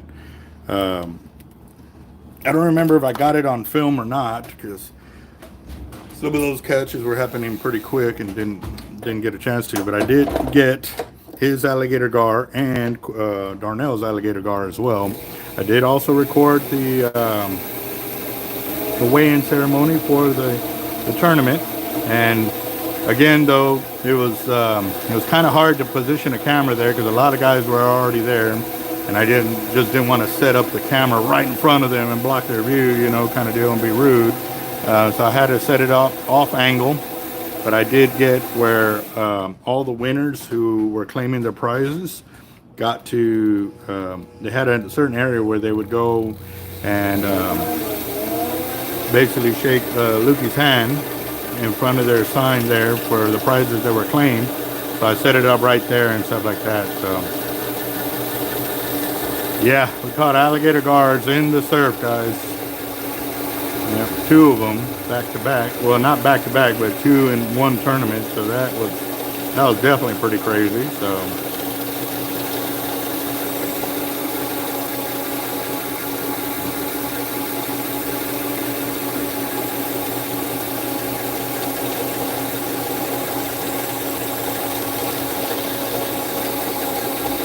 and we were really hoping that, I was really hoping that Brandon's alligator gar, because it was, the way it looked, you know, you could definitely tell it was a fish. Oh, hello, I'm not even right in angle. There we go. Sorry, guys. Sorry about that. I was really hoping it was a bull red, man, because that would have been first place right there.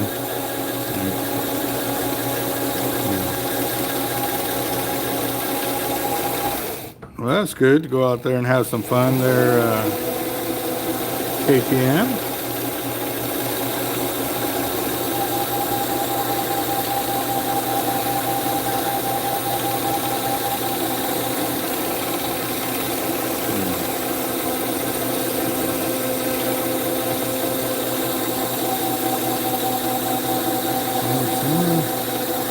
Oh, man.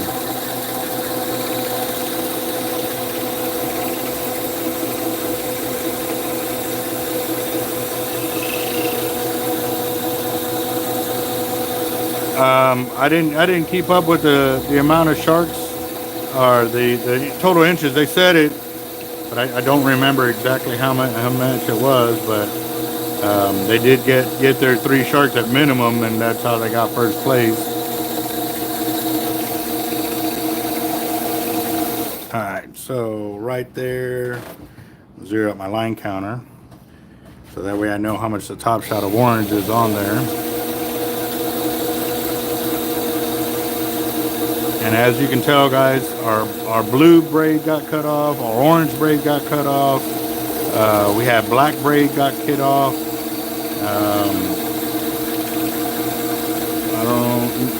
I think those were the colors that all got cut off. Like, I would have to check with John and Edgar to see what colors they got cut off on, but yeah.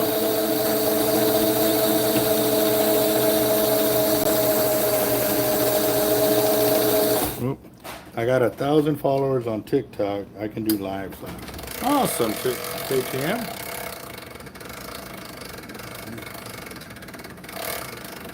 Right there. Look, there's a fray right there. That's a pretty bad one.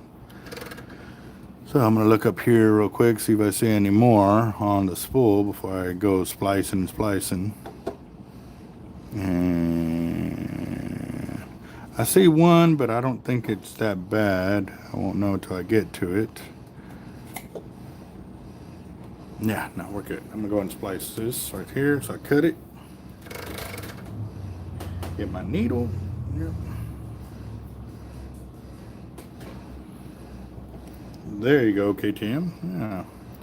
Yes, it really does, man. It's crazy how one video can just really help you get out there. Same thing happened to me when I was going from, I think, a little over 10,000 subscribers, and I jumped to 20,000 pretty much within a few weeks because of the video shorts that I had posted up months earlier, like 3 months earlier, and then all of a sudden they took off all of a sudden. I had one in 1 point something million, another one at 2 point something million, and yeah, we got like 10,000 subscribers from there, so which is pretty awesome. And then lately, all the video shorts that I've been posting up for like a 2 or 3 week period, every single one of those videos was getting like 10,000 views each. So that really helped my subscriber base grow as well. So that is really awesome. So now we really got a lot of guys that are chiming in on the channel, which is awesome because now we got more people to talk to. Yep.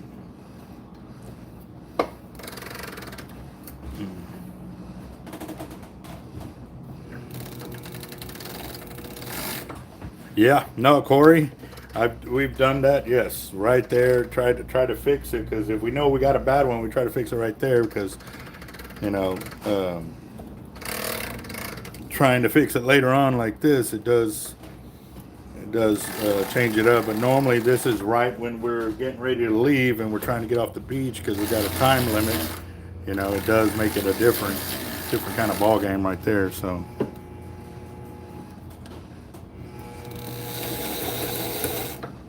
What's that? Okay.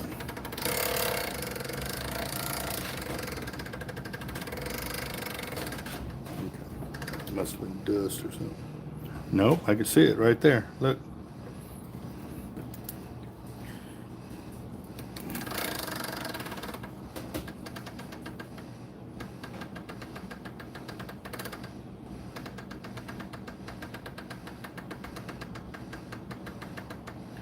Where is it? I saw it a little while ago.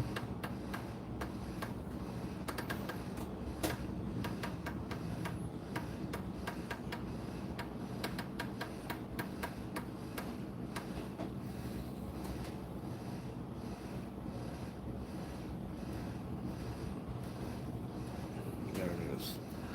There's one right there. And I wonder how far away from this is. Okay, so that's like 2 yards from now, and so I'm just going to take this one apart and cut it, and that way I don't have a splice and a couple yards later have another splice.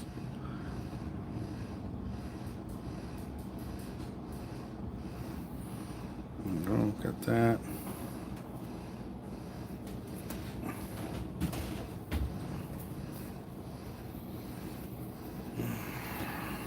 All right. Yeah, exactly what Corey was talking about right there. You know, when you fix one splice and then a few yards later you have another. Yeah, it definitely does happen.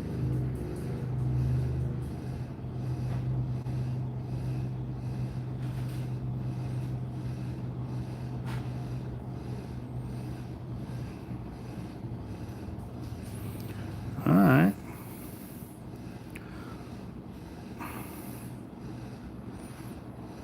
Well, I do appreciate the guys that have, you know, stuck with us as we have grown. You know, there's, you know, the guys that have been there since I first started the channel and stuff like that. It's pretty awesome to still see, you know, them on the channel, but also a whole lot of new faces and knowledge that has joined us through subscribing and actually being proactive, guys. That is pretty awesome. If y'all are new to the channel, guys, we definitely encourage knowledge sharing. We want to have a base where we can know that if we have some way to help out a fellow fisherman, that there is a platform for it, and right here is our platform, guys. And we keep the door open for everybody to be able to help out one another, especially because, you know, it's fishing, guys. You know, it's a blessing. It really is. So we definitely want to keep that knowledge rolling.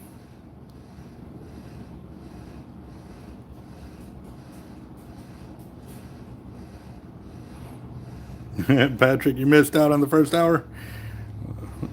Yep, it's all right.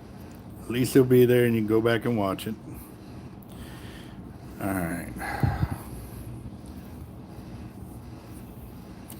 All right, there we go. Got this back on there. Let's see.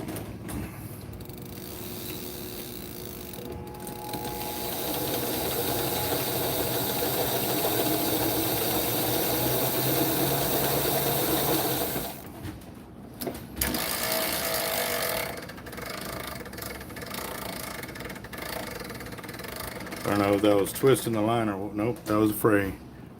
You know what? Okay, I'm gonna go ahead and cut there just because I've been finding fray after fray after fray, and I'm probably gonna lose, I don't know, 50 yards right there maybe. Yeah, that's fine though. I'd rather do that than having to sit here for the next 2 hours trying to fix every fray, which, I mean, you definitely can. That's the beauty of the hollow core. However, I've got a bunch of other things I got to get done, so I need to get it sorted. So I'm going to go ahead and put on the Cortland 130 in orange, because that'll be another thing too.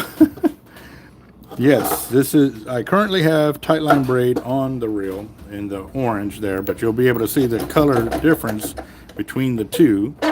And so we'll know what's up on there. See if that makes a difference. I don't think it will, but one's brighter than the other.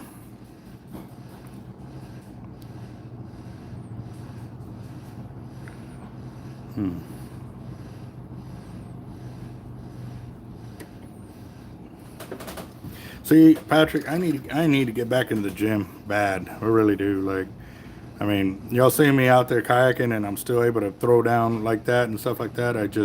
It's all the other little things that I'm not following through on, and I really want to ensure that, you know, as my grandson gets older and my kids get older, that I can definitely keep up and, you know, still have fun with them. So definitely need to get back into the gym. That's for sure.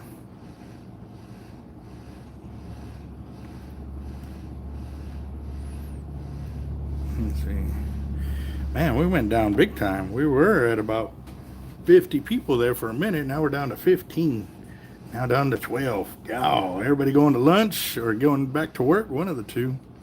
Everybody was chimed in there for a minute, which is awesome. I was trying to get the lives like that one time, man. We had, what, 1,100 people on the channel? Or no, it was 160, sorry. But it ended up getting 11,000 views, you know, by the time, you know, the everything picked up on it and stuff. Yeah, that live video got 11,000 views.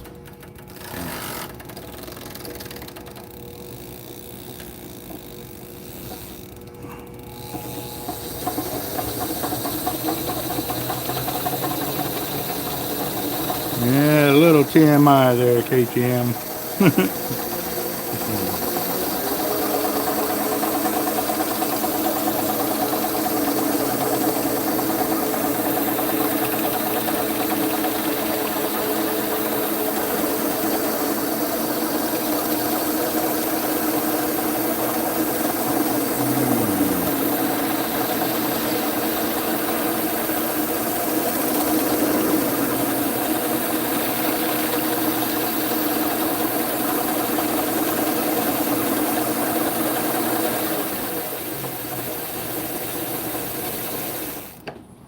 I think we're good right there.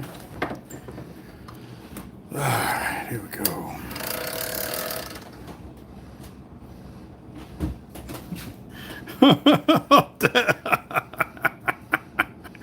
Ouch. Oh, hurting. Damn it. Mohammed back on the channel. Good deal. So I am filling up my other 80. I got one more 80 to check through right after this one. Again, guys, you know, several of these 80s I did not send out very far, but they still had cutoffs on them. And again, too, like I said, all the different colors that we had out there, every single color and even weight class aligned pretty much got cut off. The only one that didn't get cut off was the 200-pound mono that was on the rod with Sharkotic, but those were hanging by a thread too, because even the 200-pound mono was cut pretty bad. And I told him, dude, you have like 4 or 5 bad frays in there from the Spanish mackerel, and his was clear mono. So that gives you an idea. It really doesn't matter what's in the water. If it's in their way, they're going to bite into it. And it may not always be that they're hitting the line because of the color. They have no idea. Like when they're in a feeding frenzy, they're eating everything. You know what I mean? I've seen Spanish mackerel eat themselves or eat each other when they're in the feeding frenzy. So.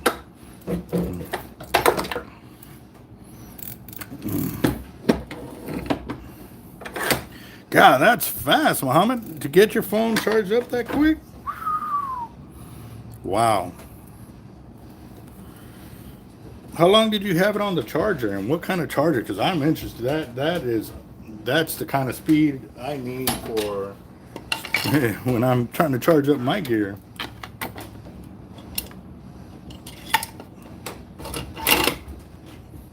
I'm not even gonna ask about that one hurting.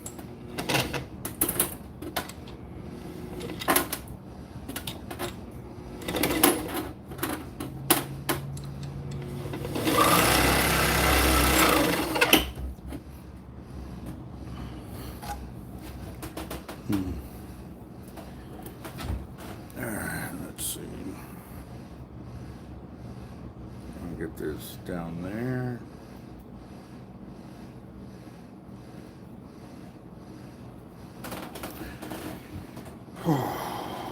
Where's my pigtail?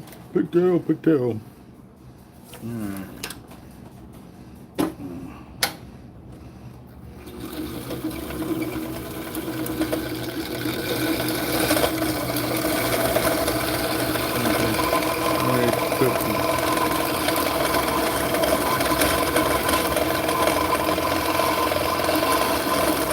Have you tried adding mustard to your egg or when you do your batter? Mustard also does help change the flavor of the fish.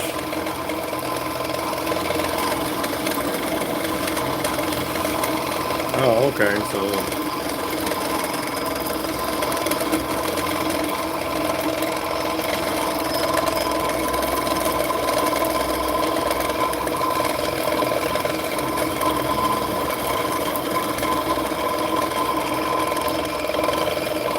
No idea, but I did, you know what's crazy?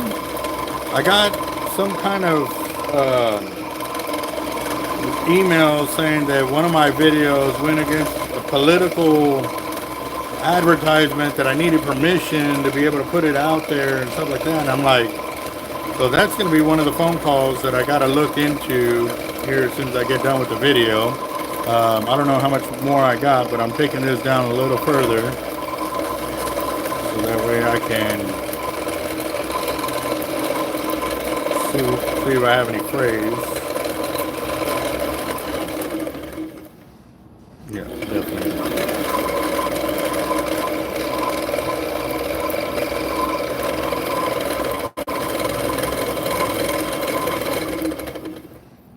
I'm looking for any kind of offset line, and I found some, but I don't find it anymore. And what I mean by offset is like that it looks like that, like instead of coming straight down, that you'll see an off angle like that. A lot of times that happens when the line gets cut off and we just start cranking on the reel because we're trying to get it out of the spread as quickly as possible.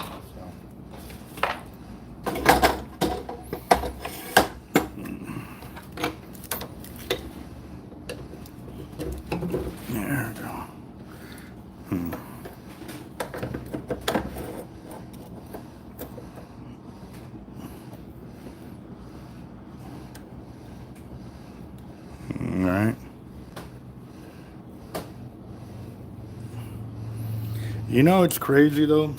I haven't seen too many Spanish mackerel get released other than the juvenile Spanish or the king mackerel. Sorry, the king mackerels. I haven't seen too many of those get released because everybody that catches them is keeping them, you know.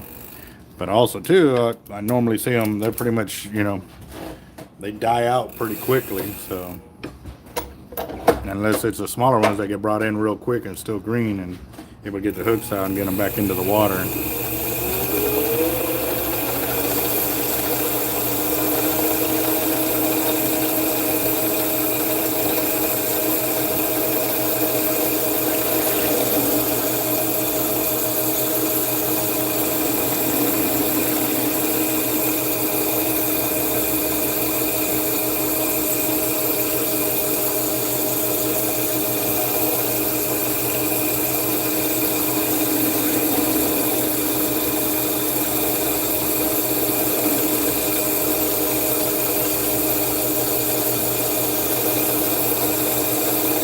Oh yeah, those are actually tarpon and shark are actually the two only fish that you're allowed to split them in half to put them in the cooler because of their length on them.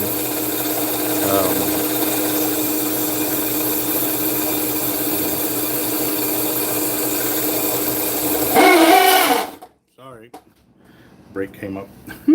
making sure y'all are awake. Sorry.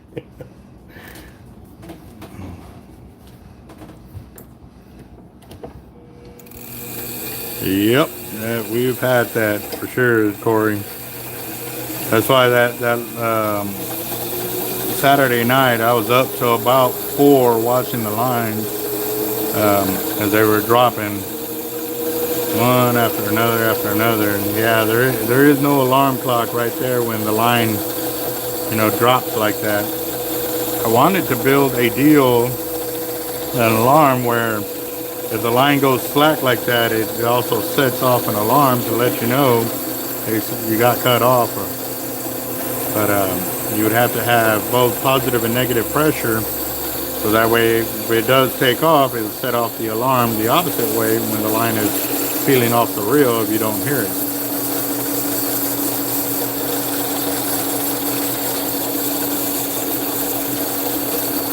KTM, here in Texas, you can keep hammerheads. They just have to be over a certain length, even in state water.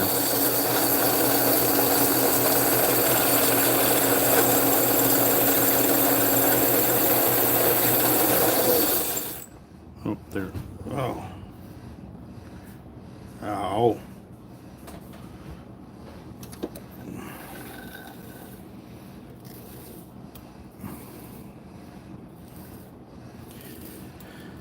I said ow because a piece of sand or something flew out and caught me in the eyeball.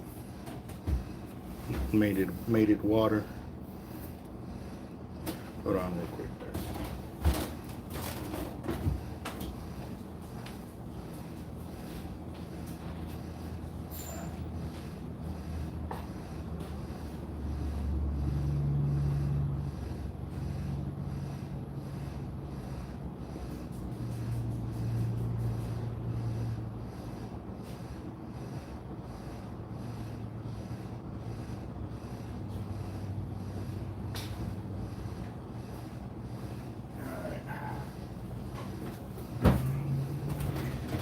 Got it out of there. That was making my eye water bad. So, all right. And yes, I have room to add on here, but since it's so close to the top, I'm not even going to worry about it, just because for 50 yards ain't going to make a difference right now. So.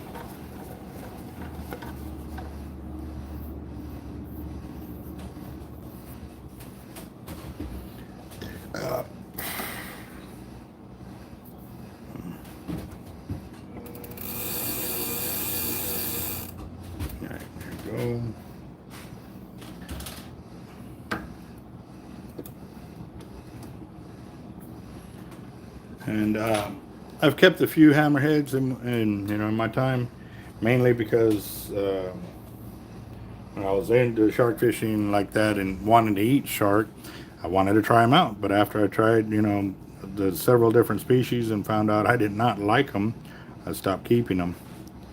Mainly, the only other way I ever kept them is if they died on the hook. One of them was hooked in both gills because I had a double hook rig. And he hooked himself in the gills, and he left a huge blood trail, like a huge Like, it was bleeding out by the time we got it to the boat. It was over. Like, he really didn't even budge. So that was the only reason I kept that one, because I didn't want to throw, you know, waste a whole shark, you know, just cutting the line and let him drop, you know. So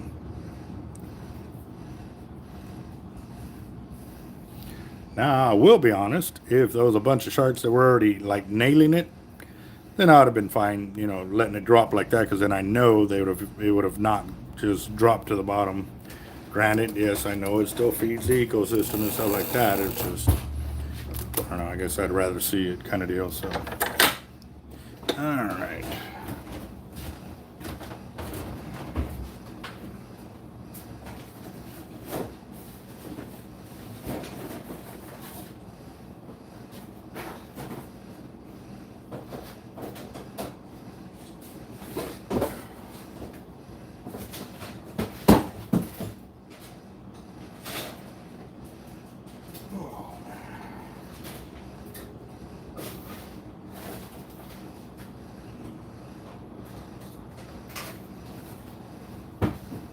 Alright guys, so I am done with the downspooling and respooling of my reels after the tournament. So that gives you an idea of what we are doing. This is part of the after the catch knowledge that I wanted people to learn and know. You know, it's not just going out there and making a catch happen. There's the follow-up maintenance and everything else that you have to do with the reels. And yes, I am guilty of not doing the reel maintenance on my reels, and you know, I explained why, but now that's all going to start to change, because again, you know, these are the tools of my trade and stuff like that, and I think I've done well enough to show y'all and prove to y'all that these reels can take a beating and keep on trucking for you. And that's very important for all the guys that are using the gear, wanting to get into tackle and stuff like that. And I mean, like I'm telling you, like this gear, you can tell I don't ever clean my reels, but I'm about to start to finally do that, because they do need some TLC and stuff like that. And again, guys, remember our cups are here. Yep, got the glow in the darks. We got another setup that's coming. What we're gonna do is we're gonna have this blacked out and the lettering be the white glow in the dark. So yeah, we're gonna see what's up with that here pretty soon. We'll definitely check it out, guys. So y'all have a good one. I'm about to set up to go to lunch or something like that. Yeah, did y'all see the video where we ran the dock demon? Or not yet, I haven't posted it, but it's coming. We ran the dock demon for the tournament. So all right guys, we'll check y'all later.